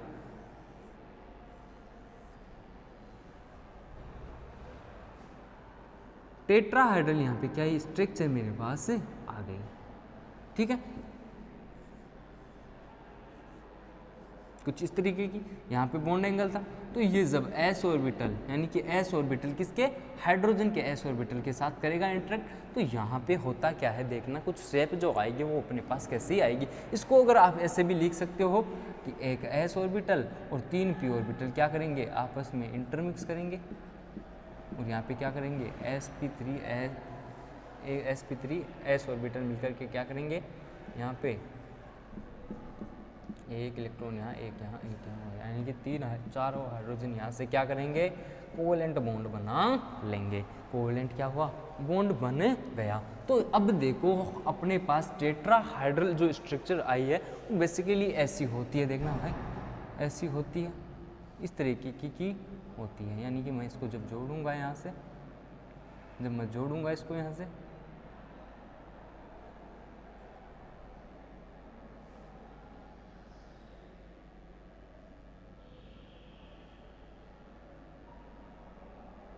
इस तरह की अपने पास क्या होती है, टेट्राहेड्रल स्ट्रक्चर होती है। तो देखना जैसे CH4 था मेरे पास, CH4 की क्या थी, अपने पास यहाँ पे क्या था, ऐसी तो टेट्राहेड्रल स्ट्रक्चर ऐसी तो थी, ठीक है, ऐसी ही थी। तो अब यहाँ पे क्या था अपने पास, एक एक इलेक्ट्रॉन वैकेंट इलेक्ट्रॉन थे अपने पास, अरे ये वाले वैकेंट इलेक्ट्रॉन थे, हाफ फील्ड इलेक्ट्रॉन भरे हुए हैं यहाँ पे, हाफ फील्ड इलेक्ट्रॉन है यहाँ पे। तो अब क्या होगा, ये हाइड्रोजन के साथ यहाँ पे क्या कर लेगा, ओवरलैपिंग, हाइड्रोजन के साथ जो अपना हाइड्रोजन था वो क्या करेगा, यहाँ पे आकर के जुड़ जाएगा या बाइंड हो जाएगा। कैसे देखना, अगर मैं हाइड्रोजन की बात करूँ, 4 हाइड्रोजन यानी कि उसका s ऑर्बिटल, तो यहाँ पे जब मैं बात करूँगा तो स्ट्रक्चर कुछ ऐसी बन जाएगी भाई।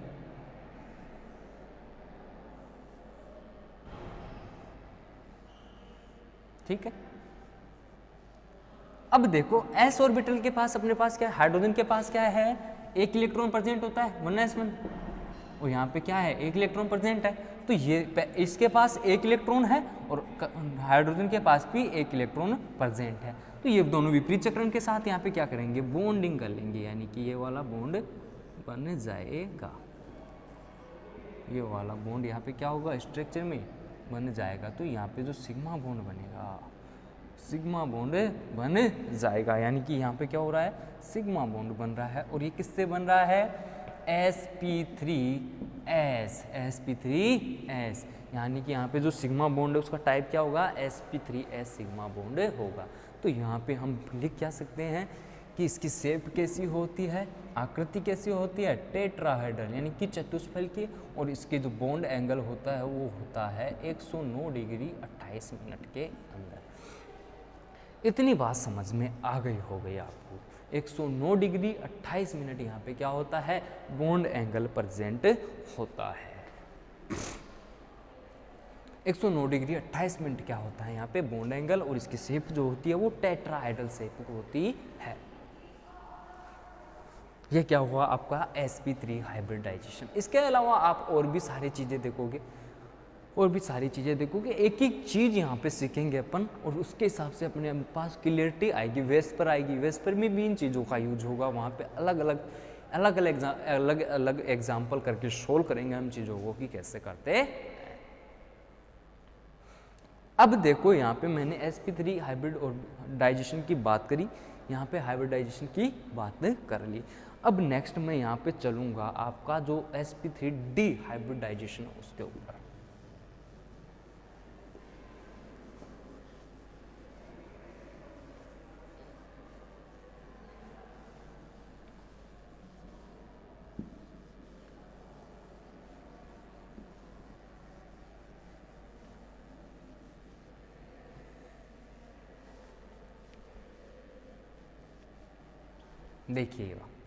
देखिएगा भाई, sp3d हाइब्रिडाइजेशन में होता क्या है कि एक s ऑर्बिटल, 3 p और एक d ऑर्बिटल आपस में मिलकर के क्या बनाता है, sp3 हाइब्रिड ऑर्बिटल बनाता है, और उसको बोलते हैं sp3d हाइब्रिडाइजेशन, sp3d हाइब्रिडाइजेशन। यानी कि क्या बोलोगे आप कि जब एक s ऑर्बिटल, 3 p ऑर्बिटल और एक d ऑर्बिटल आपस में ओवरलैपिंग करके या इंटरमिक्स होकर क्या बनाते हैं, sp3d ऑर्बिटल बनाते हैं, उसको बोलते हैं हम sp3d हाइब्रिडाइजेशन। तो नंबर 4 की अगर मैं बात करूं यहाँ पर तो क्या आएगा, देखना भाई, sp3d संकरण की मैं बात करता हूँ। और वो क्या होता है, sp3d संकरण होता क्या है कि यहाँ पे हो क्या रहा है, एक s ऑर्बिटल, ठीक है, और 3 p ऑर्बिटल। तो p ऑर्बिटल्स तो अपन ऐसे बना सकते हैं तीनों के तीनों, एक p ये हो गया, एक p हो गया और एक ये हो गया, यानी px, pz और py तीनों हो गए, ये क्या हो गया, s ऑर्बिटल। अब होगा क्या, जो d ऑर्बिटल है और ये d ऑर्बिटल काम में आता है dz स्क्वायर काम में आता है। तो यहाँ पर क्या बनता है, sp3d, ये यहाँ पे क्या होता है, हाइब्रिडाइजेशन होता है। तो यहाँ पे जो अगर मैं शेप की बात करूँगा तो कुछ इस तरह की शेप आएगी,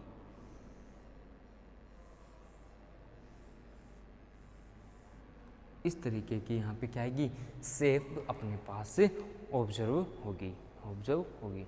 देखो यहाँ पे क्या होता है, देखना भाई कुछ इस तरीके की अगर मैं बात करूँ यहाँ पे, इस तरीके की यहाँ पे क्या होगी, शेप बनेगी। सुनना मेरी बात यहाँ पे, ध्यान से सुनना भाई।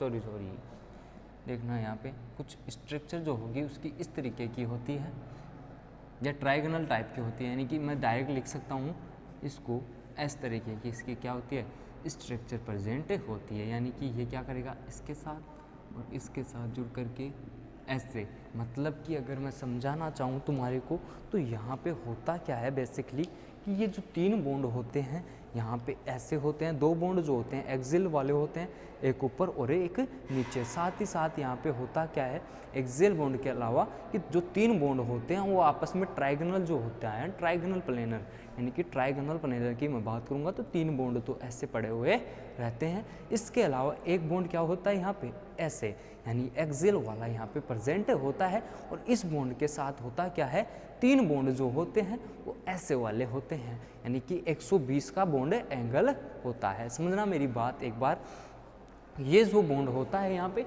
ये वाला बॉन्ड वो तो क्या होता है लीनियर, मतलब कि मैं बोलूँ इनको एक्सियल बॉन्ड बोलते हैं। तो इनके अंदर जो बॉन्ड एंगल होता है वो तो 180 का होता है, 180 का पढ़ा था अपन ने। और यहाँ पे एक क्या हो जाएगा, ट्रायगोनल प्लेनर, जो जिसकी क्या होगी 120 डिग्री का यहाँ पे क्या होगा, बॉन्ड एंगल यहाँ पे क्या होता है, प्रेजेंट होता है। यानी कि कुछ इस तरीके से जोड़ सकते हो तुम इसको।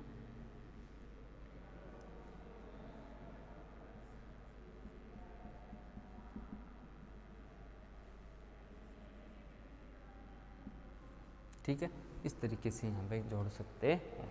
तो ये जो यहाँ पर बॉन्ड एंगल होता है इन दोनों में तो 180 का होता है, इसके अलावा यहाँ पे इनमें होता है 120 का। ठीक है, 120 का यहाँ पे क्या होता है, बॉन्ड एंगल होता है।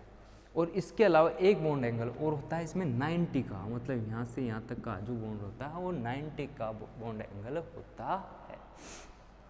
तो यहाँ पे 180 वाले को अपन लिखते नहीं है, यहाँ पे सिर्फ 2 बॉन्ड एंगल लिखना होगा आपको। बॉन्ड एंगल एक होता है 90 डिग्री का और एक जो होता हुआ 180 डिग्री का, 120 डिग्री का। कैसे 90 डिग्री वाला बॉन्ड एंगल जब मैं बात करूँगा तो अपन ने देखा कि एक तो ये लीनियर है, इसमें 180 का बॉन्ड एंगल है, लेकिन अपन ने देखा कि 3 ऐसे पड़े हुए हैं। तो जब ये सीधे वाला और इसके बीच अगर आप बॉन्ड एंगल जब देखोगे तो यहाँ पे 90 डिग्री का बॉन्ड एंगल मिलता है। 90 डिग्री का क्या होता है, बॉन्ड एंगल मिलता है। अब देखना यहाँ पे होता क्या है, ये तो अपने पास क्या होगी, इसकी बॉन्ड एंगल अपने पास मिल गए। अब देखो मिलेगा क्या अपने को यहाँ पे, ये तो मैंने क्या बताया कि sp3d की डेफिनेशन दी है भाई। एक तरीके से sp3d क्या होता है, एक s 3p और एक d मिलकर के क्या बनाता है, sp3d ऑर्बिटल। sp3d ऑर्बिटल बनाते हैं, उसको बोलते हैं sp3d हाइब्रिडाइजेशन, sp3d हाइब्रिडाइजेशन बोलते हैं। अब देखो नेक्स्ट अगर मैं बात करूं यहाँ पे किसकी, एग्जाम्पल लेके इस चीज को समझते हैं अपन, कैसे करते हैं एग्जाम्पल लेके।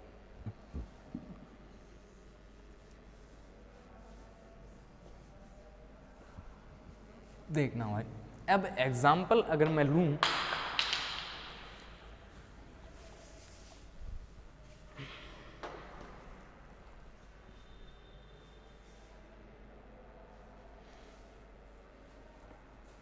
अगर मैं यहाँ पे एग्जाम्पल लेके देखूंगा तो एग्जाम्पल अपन लेते हैं PCl5 का। तो PCl5 के अंदर आपको हाइब्रिडाइजेशन निकालना, मैंने थोड़ी देर पहले बताया था आपको हाइब्रिडाइजेशन निकालना। तो यहाँ पर होगा क्या, देखना PCl5 के अंदर मैं बात करूंगा हाइब्रिडाइजेशन की।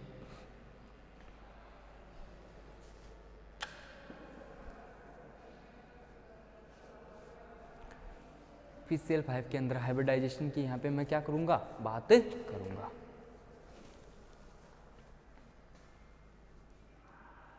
PCl5 के अंदर हाइब्रिडाइजेशन देखूंगा। देखना भाई sp3d संकरण क्या था अपने पास कि एक s 3p और एक d मिलकर के क्या बना रहा था, sp3d हाइब्रिडाइजेशन कर रहा था। अब देखो PCl5 में अपन को पता है इसका इलेक्ट्रॉनिक कॉन्फ़िगरेशन जब लिखते हैं तो यह होता है, फॉस्फोरस जो होता है 15 पे होता है। फॉस्फोरस कितने पे होता है? 15 पे।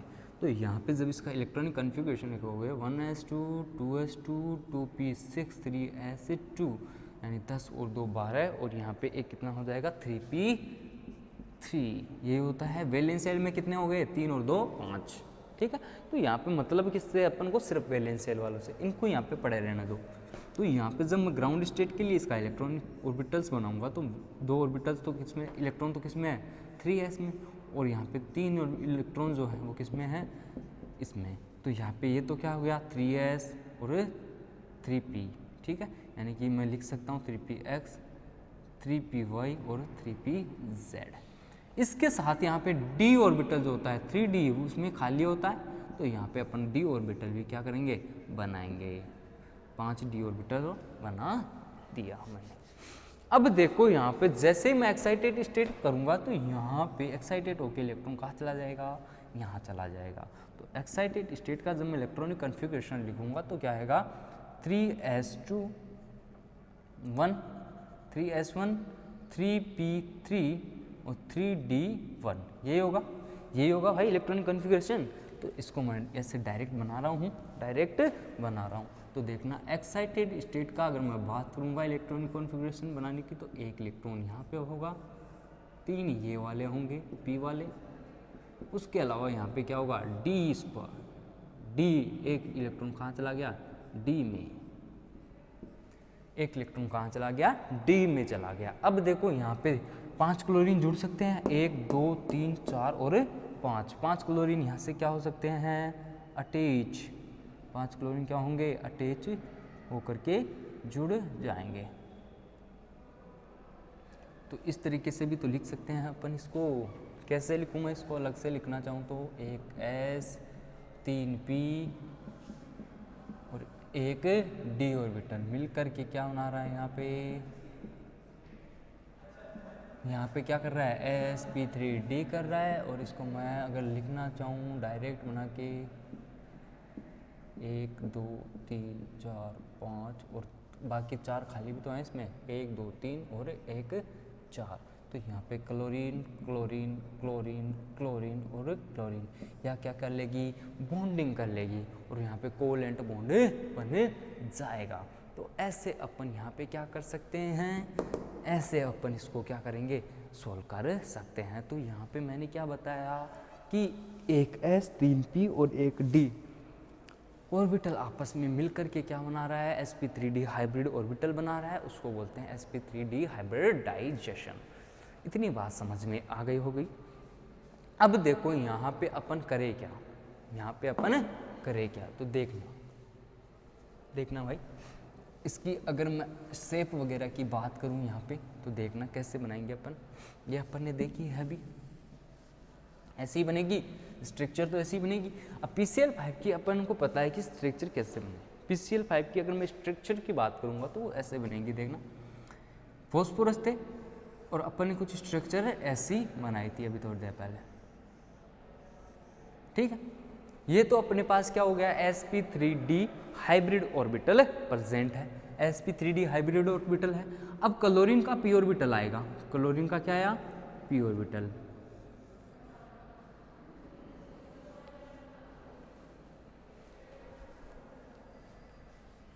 देखना भाई क्लोरीन का p ऑर्बिटल यहाँ क्या करेगा सिग्मा बॉन्ड बनाएगा भाई, सिग्मा बॉन्ड बनाएगा क्योंकि इनमें एक एक इलेक्ट्रॉन क्या है पहले से फिल है, सब जगह पहले से था और p में एक इलेक्ट्रॉन प्रेजेंट है। तो वो क्या करेगा अब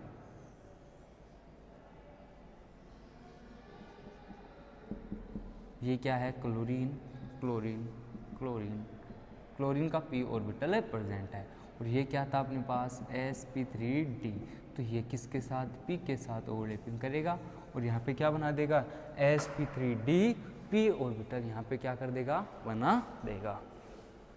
तो ऐसे यहाँ पे वेकेंट sp3d ऑर्बिटल p के साथ ओवरलैपिंग करके क्या बना रहा है सिग्मा बॉन्ड का फॉर्मेशन कर रहा है, कोवेलेंट सिग्मा बॉन्ड बना रहा है। तो ऐसे होता है PCl5।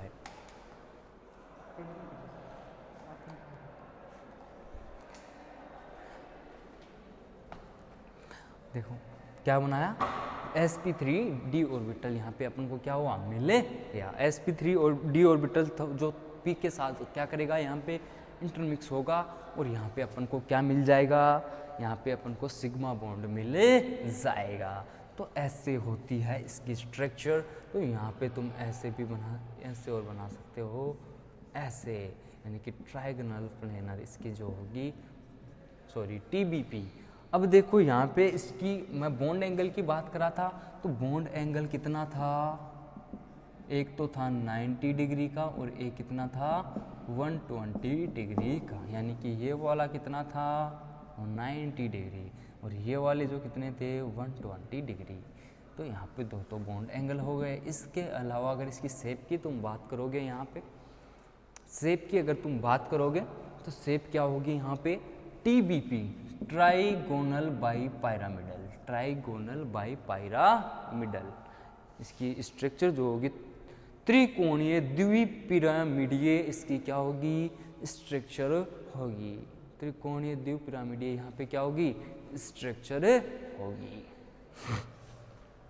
इसकी आकृति जो होगी वो क्या होगी TBP, trigonal by pyramidal, Hindi में बोले तो त्रिकोणीय द्विपिरामिडीय, पिरामिडीय, तो त्रिकोणीय द्विपिरामिडीय इसकी क्या होगी स्ट्रक्चर यहाँ पे होगी। इतनी बात समझ में आ गई होगी sp3 हाइब्रिडाइजेशन के लिए, इतनी बात सफिशिएंट है भाई यहाँ पे।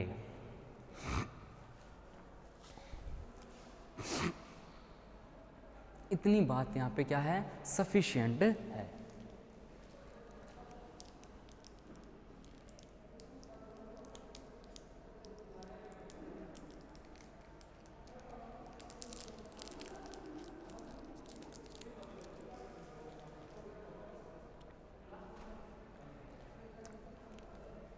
इतनी बात यहाँ पे क्या है सफिशिएंट है। यानी कि PCl5 की अगर तुम बात करोगे तो उसमें फर्स्ट ऑफ ऑल अपने को ये पता होना चाहिए कि एक S, 3p और एक d ऑर्बिटल मिलकर के क्या बना रहा है sp3d हाइब्रिडाइजेशन कर रहा है। और sp3 हाइब्रिडाइजेशन की जैसे ही मैं बात करूंगा तो sp3d 5 जो sp3d हाइब्रिड ऑर्बिटल है 1 2 3 4 और 5, यानी कितने हो गए 5 sp3d हाइब्रिड ऑर्बिटल जो हैं क्या करेंगे 5 Cl के p ऑर्बिटल्स के साथ ओवरलैपिंग करेंगे और वहाँ पे सिग्मा बॉन्ड का फॉर्मेशन कर देंगे। तो ये इसकी स्ट्रक्चर बनती है।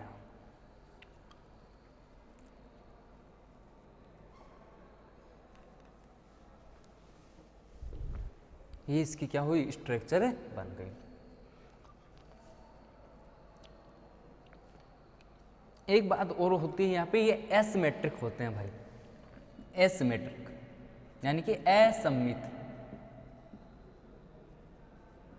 असममित कुछ असममित का मतलब यह होता है कि ये जो कंपाउंड्स बनते हैं अस्थायी, यानी कि जो PCl5 है, PCl5 जो होता है वो क्या होता है अत्यधिक क्रियाशील होता है। मतलब ये इसको आप हीट भी दोगे तो बहुत जल्दी क्रिया कर लेता है। क्यों? क्योंकि यहाँ पे जो ये बॉन्ड बनता है एक्सियल और इक्वेटोरियल बॉन्ड बनता है, एक्सियल बॉन्ड और नॉन एक्सियल बॉन्ड बनते हैं। तो यहाँ पे क्या करोगे जैसे तुम थोड़ी सी भी हीट दोगे ये बॉन्ड टूटना शुरू हो जाते हैं, यानी PCl5 जो होता है वो बहुत ज़्यादा क्रियाशील होता है, वो रिएक्ट तुरंत करता है। तो इतनी बात आपको पता और होनी चाहिए, इतनी बात यहाँ पे पता होनी चाहिए।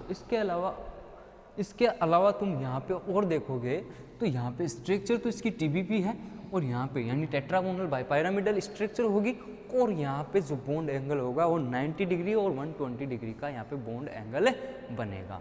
90 डिग्री और 120 डिग्री का यहाँ पे क्या होगा बॉन्ड एंगल बनता है। अब देखो यहाँ पे नेक्स्ट होती क्या है, नेक्स्ट अगर अपना एग्जाम्पल ले अपन sp3d2 हाइब्रिडाइजेशन की मैं यहाँ पे क्या करूँगा अब चर्चा करने वाला हूँ।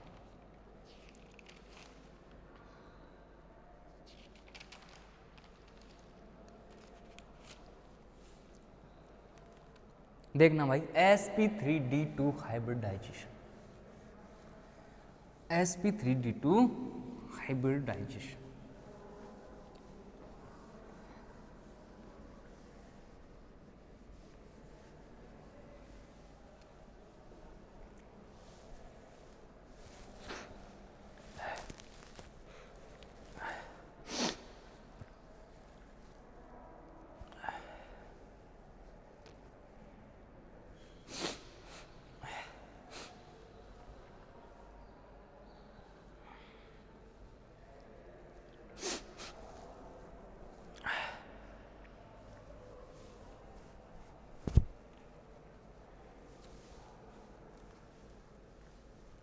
देखना भाई, नेक्स्ट है अपना जो भी था नंबर sp3d2 संकरण, sp3d2 संकरण। तो यहाँ पे sp3d2 होता क्या है वो देखना है अपन को, ठीक है। तो sp3d2 की मैं बात करूं अगर, तो इसमें क्या होगा, एक s ऑर्बिटल, 3 p ऑर्बिटल, ठीक है, 3 p ऑर्बिटल, 3 px py और pz, ये क्या हुआ, s ऑर्बिटल। इसके साथ ही 2 d ऑर्बिटल, यानी कि एक तो हो गया dz², और एक कौन सा होता है, एक कौन सा होता है यहाँ पे dx² मान लो, या कोई भी एक d ऑर्बिटल यहाँ पे प्रेजेंट होता है।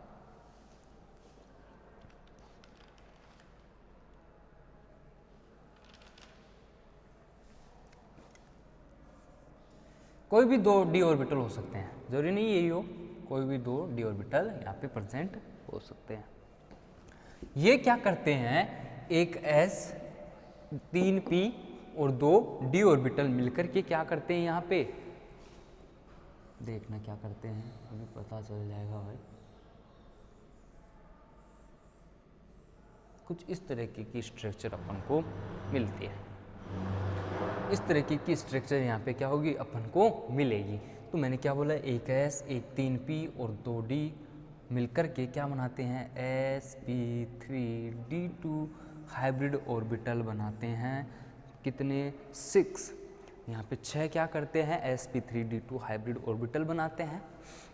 वो 6 sp3d2 हाइब्रिड ऑर्बिटल क्या करेंगे, अब यहाँ पे किसी से भी जब बॉन्डिंग करेंगे तो 6 के 6 यहाँ पे क्या करेंगे, सिग्मा बॉन्ड बनाएंगे। अपन क्या बोल सकते हैं यहाँ पे, देखना भाई,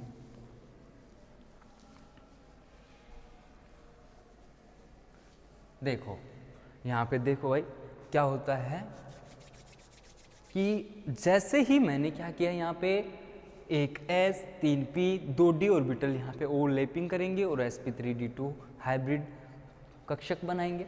और ये हाइब्रिड कक्षक अब क्या करेंगे, देखना, इनमें बॉन्ड एंगल की अगर बात करोगे तो यहाँ पे 90 डिग्री का बॉन्ड एंगल बनता है, 90 डिग्री का बॉन्ड एंगल यहाँ पे क्या होगा, बनता है। कैसे, देखना कि कैसे बनते हैं। स्ट्रक्चर कुछ इसकी इस तरह होती है, 2 बॉन्ड जो होते हैं ऐसे होते हैं लीनियर एकदम ऊपर और नीचे, और 4 बॉन्ड जो होंगे वो एक ऐसे, एक ऐसे, एक ऐसे और एक मेरी तरफ होगा। तो ऐसे टोटल यहाँ पे 6 बॉन्ड होते हैं, समझना मेरी बात, 6 ऑर्बिटल्स बन रहे हैं, एक इधर, एक इधर, एक इधर और एक इस तरफ, और 2 ऊपर और नीचे। तो इनके बीच जो बॉन्ड एंगल होगा वो 90 डिग्री का बॉन्ड एंगल यहाँ पे क्या होगा, प्रेजेंट होगा। 90 डिग्री का क्या होगा, बॉन्ड एंगल यहाँ पे प्रेजेंट होता है। अब देखो होता क्या है यहाँ पे, देखना मेरी बात समझना।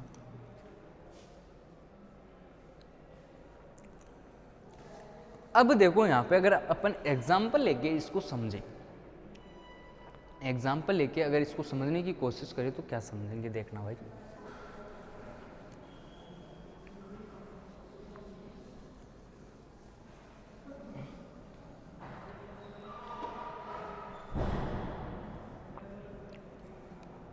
SF6 ये अपन ने कैलकुलेट कराता है भाई, इसमें हाइब्रिडाइजेशन सल्फर के पास कितना होता है 6 और फ्लोरीन के पास कितना होता है 6।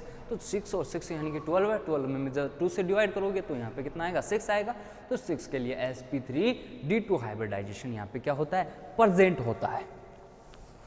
अब मैं यहाँ पे अगर बात करूँ किस चीज़ की, इसके एटॉमिक नंबर की, तो ये कितने होता है सल्फर, फॉस्फोरस के बाद में सल्फर आता है, ये 16 पे होता है।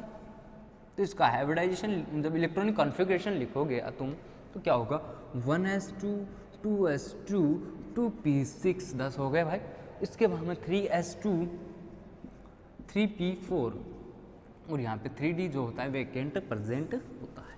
ये होता है इलेक्ट्रॉनिक कॉन्फ़िगरेशन इसका।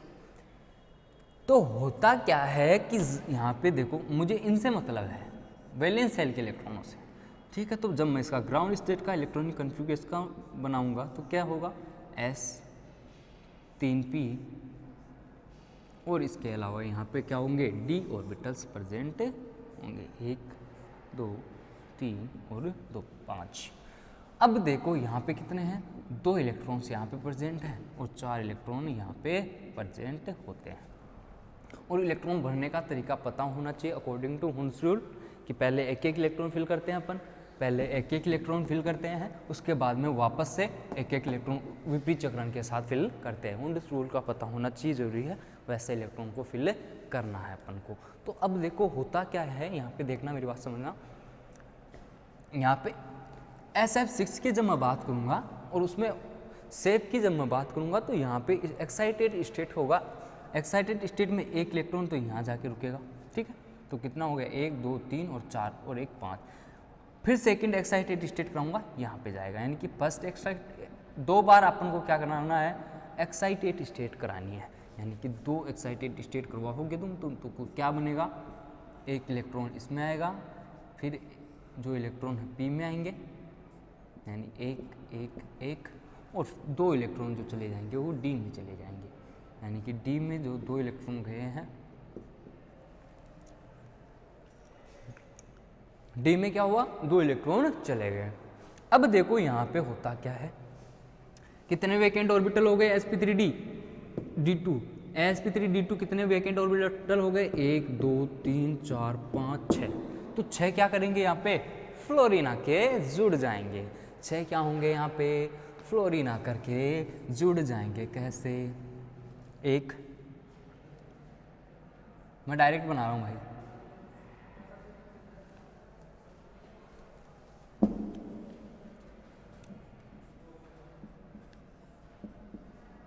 यही बता देता हूँ, एक क्लोरीन, एक फ्लोरीन यहाँ पे, एक यहाँ पे, ऐसे फ्लोरीन यहाँ पे कोवेलेंट बॉन्डिंग के साथ क्या हो जाएगा, जुड़ जाएगा। तो फ्लोरीन का वैकेंट p ऑर्बिटल और सल्फर का sp3d2 hybrid orbital 6d2 hybrid और sp3d2 हाइब्रिड ऑर्बिटल मिलकर के फ्लोरीन के p ऑर्बिटल के साथ सिग्मा बॉन्ड बना लेगा। फ्लोरीन के जो p ऑर्बिटल है उसके साथ क्या करेगा, सिग्मा बॉन्ड बना लेगा। तो इतनी बात आपको पता होनी चाहिए। ये क्या हुआ, एक है 3p और 2d, तो sp3d2 हाइब्रिडाइजेशन अपन को क्या हुआ, मिल गया। अब देखना इसकी स्ट्रक्चर की मैं बात करता हूँ यहाँ पे।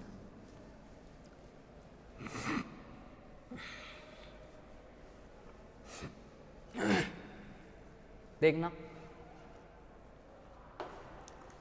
स्ट्रक्चर की बात आप करोगे तो यहाँ पे होता क्या है, स्ट्रक्चर में देखना, स्ट्रक्चर में अपने को पता है कि सल्फर के पास क्या था, vacant sp3d2 hybrid orbital present थे। गलत बन गया भाई थोड़ा सा,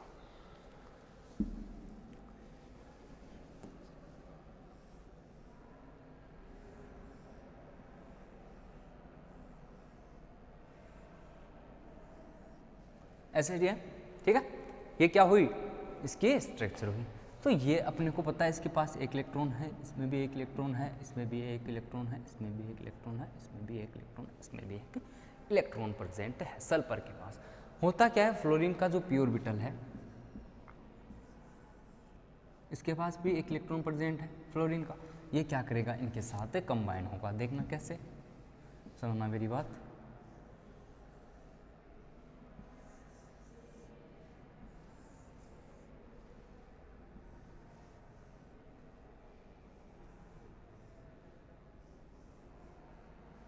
ऐसे यहाँ पे क्या हुआ, बॉन्डिंग कर लेगा, यानी फ्लोरीन एटम का यहाँ पे क्या हो रहा है,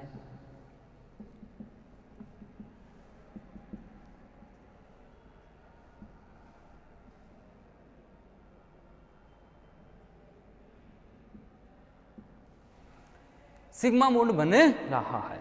ऐसी स्ट्रक्चर बनेगी भाई, ऐसी ही स्ट्रक्चर बनेगी।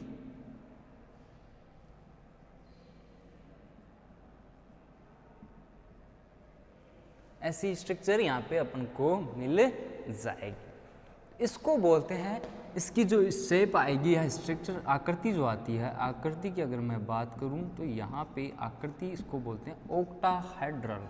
बॉन्ड एंगल जो होता है यहाँ पे होता है 19 डिग्री का। बॉन्ड एंगल जो होता है 19 डिग्री का, यहाँ पे क्या होता है, बॉन्ड एंगल होता है। मेरी बात समझ में आई या नहीं आई? आकृति या शेप की अगर मैं बात करूँगा तो यहाँ पे अष्टफलकीय होती है। ये ऑक्टाहेड्रल का मतलब अष्टफलकीय होता है, ठीक है। और इसका बॉन्ड एंगल जो होता है वो 19 डिग्री का प्रेजेंट होता है। बॉन्ड एंगल जो होता है वो कितना होता है, 19 डिग्री का यहाँ पे क्या होता है, प्रेजेंट होता है। तो ऐसी इसकी स्ट्रक्चर होती है, इसको ऐसे भी ड्रा करते हैं अपन, देखना।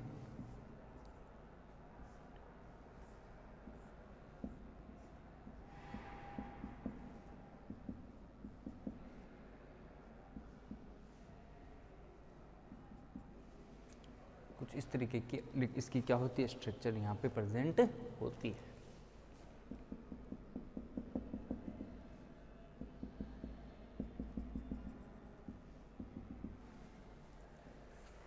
इस तरीके की यहाँ पे क्या होती है, अपने पास स्ट्रक्चर मौजूद होती है। इसको बोलते हैं sp3d2 हाइब्रिडाइजेशन। sp3d2 हाइब्रिडाइजेशन बोलते हैं। इतनी बात समझ में आ गई हो गई आपको, इतनी बात समझ में आ गई हो गई। ये वीबीटी है भाई, अभी वीबीटी का ही पार्ट है ये। तो आपको जब भी कोई भी एग्जाम्पल में अगर वीबीटी पूछता है तो वीबीटी के अगर पूरा आपको ज़्यादा नंबर का क्वेश्चन आता है, 10 नंबर का क्वेश्चन आता है, तो उसमें ये सारी बातें करोगे तो अच्छे से मार्क्स मिल जाएंगे। इसके साथ अगर वीबीटी का ऐसे पूछ ले कि वीबीटी की अवधारणा क्या थी, तो वहाँ पे नंबर के अकॉर्डिंग अपन को क्वेश्चन अटेम्प्ट करना है कि वीबीटी के अकॉर्डिंग अगर 2 नंबर का क्वेश्चन आ रहा है तो उसमें उस हिसाब से क्वेश्चन करना है, और 10 का आ रहा है, 5 का आ रहा है, उस हिसाब से कंट्रीब्यूशन के अकॉर्डिंग ये सारी बातें बतानी है अपन को। तो ये वीबीटी, आज वीबीटी खत्म हो जाएगी, फिर अपन नेक्स्ट टॉपिक यहाँ पे डिस्कस करने वाले हैं वेस्पर थ्योरी। वेस्पर थ्योरी के बाद अपन एमओटी डायग्राम की डिस्कस करेंगे, एमओटी क्या होती है उसके बारे में यहाँ पे डिस्कस करेंगे। तो ये था यहाँ पे क्या, sp3d2 हाइब्रिडाइजेशन। अब लास्ट एंड फाइनल जो होगा वो देखते हैं क्या है। यहाँ पे लास्ट एंड फाइनल की मैं बात करूँगा sp3d3 संकरण की। sp3d3 संकरण की यहाँ पे मैं क्या करूँगा, बात करूँगा।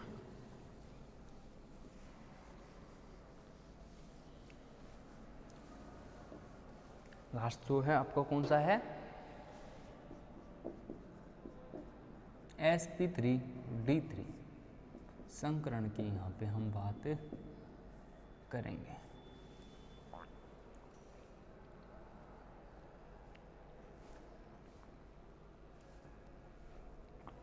sp3d3 में क्या है, नाम से भी पता अब तो भाई समझ में आ गई होंगी चीज़ें, यानी एक s 3p और 3d ऑर्बिटल मिल करके क्या कर रहे हैं यहाँ पे, sp3 हाइब्रिडाइजेशन कर रहे हैं। यानी कि एक s 3p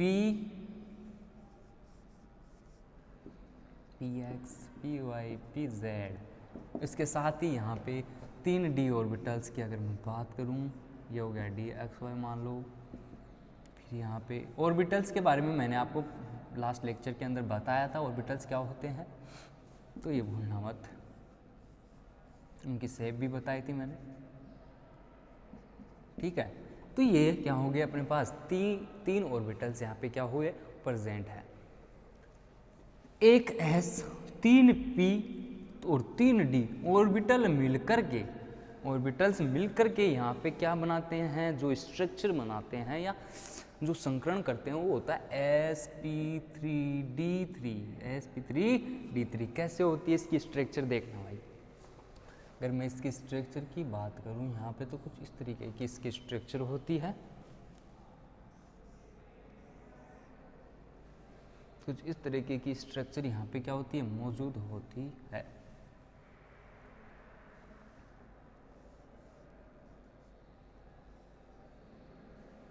इस तरीके की यहाँ पे क्या होती है, स्ट्रक्चर ये मौजूद होती है, ठीक है भाई। इस तरीके की यहाँ पे स्ट्रक्चर यहाँ पे प्रेजेंट है। देखना मेरी बात, ध्यान से देखना इसको।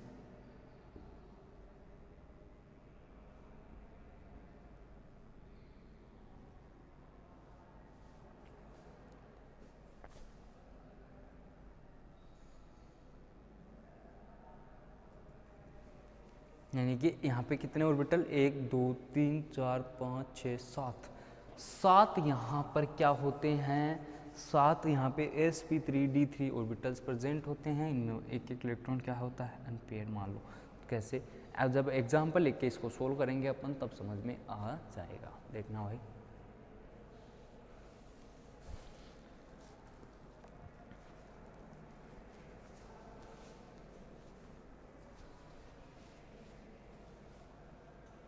देखना sp3d3 हाइब्रिडाइजेशन क्या एग्जाम्पल करेंगे तो देखना, इसको घटा देता हूँ अब यहाँ से। डेफिनेशन अपन ने देखी sp3d3 हाइब्रिडाइजेशन की क्या थी, sp3d3 क्या थी, एक s 3p और 3d ऑर्बिटल मिलकर के क्या कर रहे थे, sp3d हाइब्रिडाइजेशन की क्रिया को क्या कर रहे थे, प्रोसेस को खत्म कर रहे हैं। अब देखो अगर मैं एग्जाम्पल लूँ IF7 का, और ये निकालना भी बताया मैंने, वैलेंस शेल के इलेक्ट्रॉन इसके पास 7 और 7 14, 14 में जब 2 से डिवाइड करोगे तो यहाँ पे 7 आएगा, और 7 के लिए 1 है 3p और 3d, यानी 3 3 6 और 1 7 हो जाएगा। ठीक है, देखो अब देखो यहाँ पे हाइब्रिडाइजेशन की तो मैंने बात करी। अब आयोडीन जो होता है इसका एटॉमिक नंबर साइज 53 के लगभग होता है, तो मैं डायरेक्ट इसका इलेक्ट्रॉनिक कॉन्फ़िगरेशन वैलेंस शेल का लिख रहा हूँ यहाँ पे। इसका वैलेंस शेल का इलेक्ट्रॉन होता है 5s2 5p 5 और 5d। ठीक है, ये इसका वैलेंस शेल का इलेक्ट्रॉनिक कॉन्फ़िगरेशन होता, 2 इलेक्ट्रॉन और इसमें 5 इलेक्ट्रॉन, 2 2 4 और 1 5।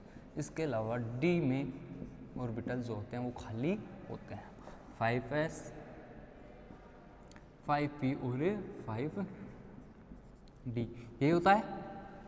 तो यहाँ से होता क्या है, एक्साइटेड स्टेट में ये क्या है, इसकी ग्राउंड स्टेट है, ये तो क्या हो गई, इसकी ग्राउंड स्टेट हो गई।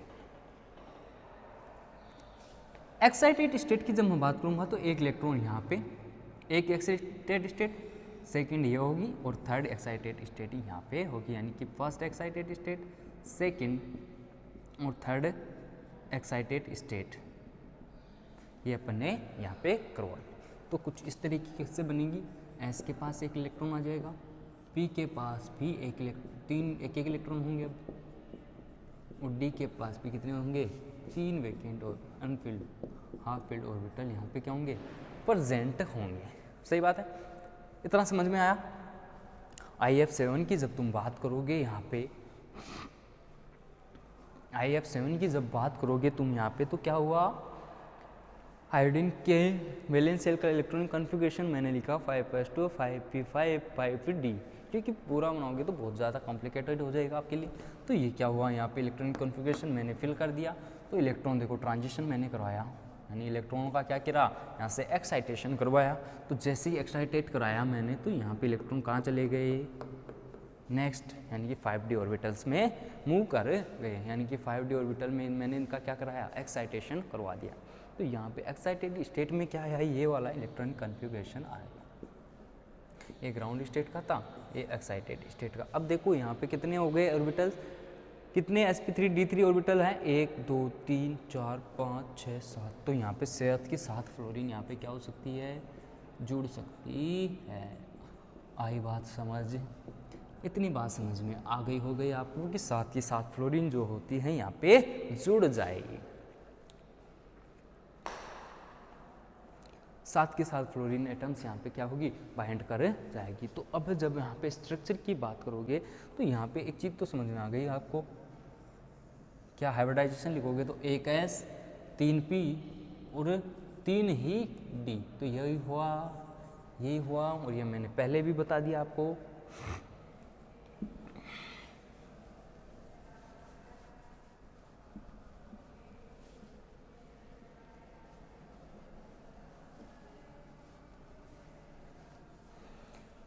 देखना भाई, यहाँ पे जब मैं इसकी स्ट्रक्चर की बात करूँगा तो देखना, मैंने भी थोड़ी देर पहले बताया ये क्या हुआ इसका,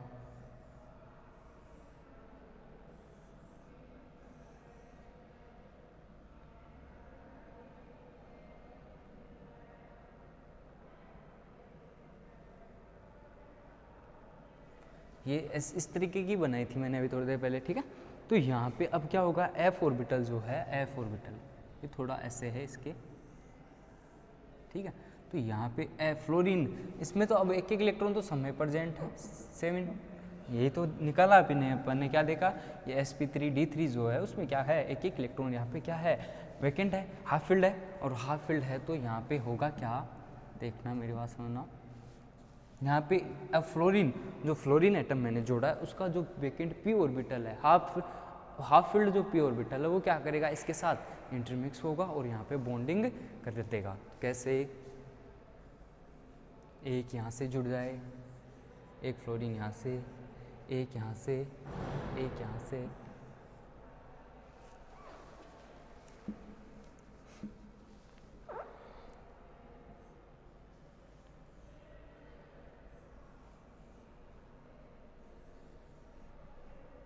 ये क्या हुए, यहाँ पे 7 के 7 फ्लोरीन एटम जुड़ गए। इस तरीके से यहाँ पे क्या हुआ, सिग्मा बॉन्ड का फॉर्मेशन कर गई, सिग्मा बॉन्ड बन गया।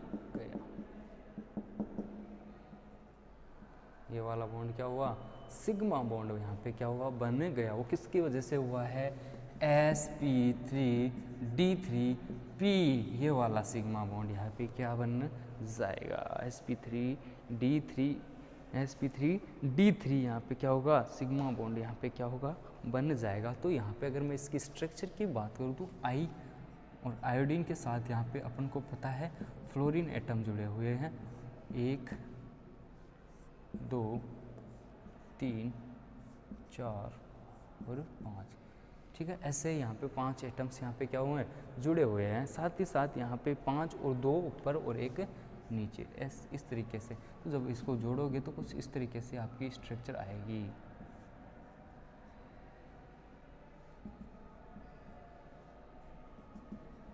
ठीक है, इस तरीके से यहाँ पे क्या होगा, अपने पास स्ट्रक्चर अपन को मिलती है। मतलब समझना कि सीधी सी बात है, अगर इसकी स्ट्रक्चर मैं आपको दिखाना चाहूँ 3D में देखोगे तो आपको स्ट्रक्चर 2 बॉन्ड तो ऐसे मिलेंगे और 5 बॉन्ड जो होंगे वो 60 डिग्री के हिसाब से यहाँ पे अटैच रहेंगे। पांचों के बॉन्ड जो होंगे सर्कल में बराबर बॉन्ड एंगल पे यहाँ पे क्या होंगे, प्रेजेंट होंगे। तो यहाँ पे अगर तुम बोलना चाहो तो यहाँ पे बॉन्ड एंगल जो होता है वो 90 डिग्री का होता है। एक तो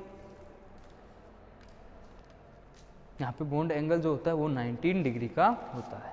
अरे मतलब कि इस वाले बॉन्ड के अंदर जब तुम बॉन्ड के एंगल देखोगे, इन वाले बॉन्डों के साथ जब इसका बॉन्ड एंगल देखोगे तो ये 19 डिग्री के होते हैं और इनके अंदर जो बॉन्ड ये वाले होते हैं वो 60 डिग्री या 45 डिग्री के लगभग यहाँ पे प्रेजेंट होता है।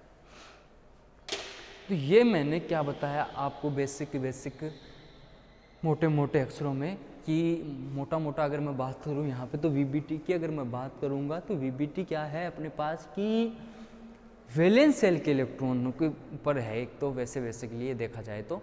लेकिन यहाँ पे मैंने क्या बताया कि जब कोई भी ओवरलैपिंग होगी या कोई भी बॉन्ड बनेगा तो वहाँ पे वीबीटी क्या बताता है, बॉन्ड तभी बनेगा जब ऑर्बिटल्स के पास इलेक्ट्रॉन वैकेंट इलेक्ट्रॉन प्रेजेंट हो, साथ ही साथ वहाँ पे क्या हो कि जो इलेक्ट्रॉन या ऑर्बिटल आपस में इंटरमिक्स करे उनका चक्रण कैसा हो, विपरीत चक्रण हो। और वो स्थायी कब होंगे, जब उनका इलेक्ट्रॉन क्या हो, जो इलेक्ट्रॉन है वो विपरीत चक्रण के साथ होंगे, तभी वहाँ पे क्या होगा, तभी ही वहाँ पे क्या होता है, बॉन्ड बनता है और वो स्थायी बॉन्ड बनता है, अन्यथा नहीं बनेगा भाई वहाँ पे। फिर अपन ने क्या देखा कि हाइब्रिडाइजेशन की अपन ने बात की, हाइब्रिडाइजेशन डिस्कस करा। तो हाइब्रिडाइजेशन की अगर मैं बात करूँ तो वहाँ पे हाइब्रिडाइजेशन क्या था कि दो ऑर्बिटल्स, कोई भी दो ऑर्बिटल्स आपस में इंटरमिक्स होकर के समान एनर्जी के ऑर्बिटल्स बना रहे थे, समान एनर्जी के ऑर्बिटल्स बना रहे तो उनको बोलते हैं हाइब्रिड ऑर्बिटल। और वहाँ पे उस प्रोसेस को बोलेंगे अपन हाइब्रिडाइजेशन। ठीक है, हाइब्रिडाइजेशन बोल रहे थे। उसके बाद मैंने क्या की, एक एक बातें बताई थी आपको पहले। उससे पहले क्या बताया कि हाइब्रिडाइजेशन कैसे कैलकुलेट करते हैं। तो बेसिकली अपन को यह सब आइडिया पता होना चाहिए, ठीक है ना। कॉन्क्लूजन अगर आप बात करो यहाँ पे, तो कॉन्क्लूजन की अगर मैं बात करूँ तो अपने पास क्या आया, सीधी सी बात अगर अपन देखें, कॉन्क्लूजन अगर देखें अपन यहाँ पे, तो अपन ने देखा, क्या देखा, स्टेरिक नंबर जो हैं 1 2 3 4 5 6 7, यानी कि इसके लिए अगर मैं हाइब्रिडाइजेशन की बात करूँगा sp sp2 sp3 sp3d और sp3d2 और sp3d3, यही होता है, यही हाइब्रिडाइजेशन होता है। साथ ही साथ यहाँ पे क्या होता है देखना,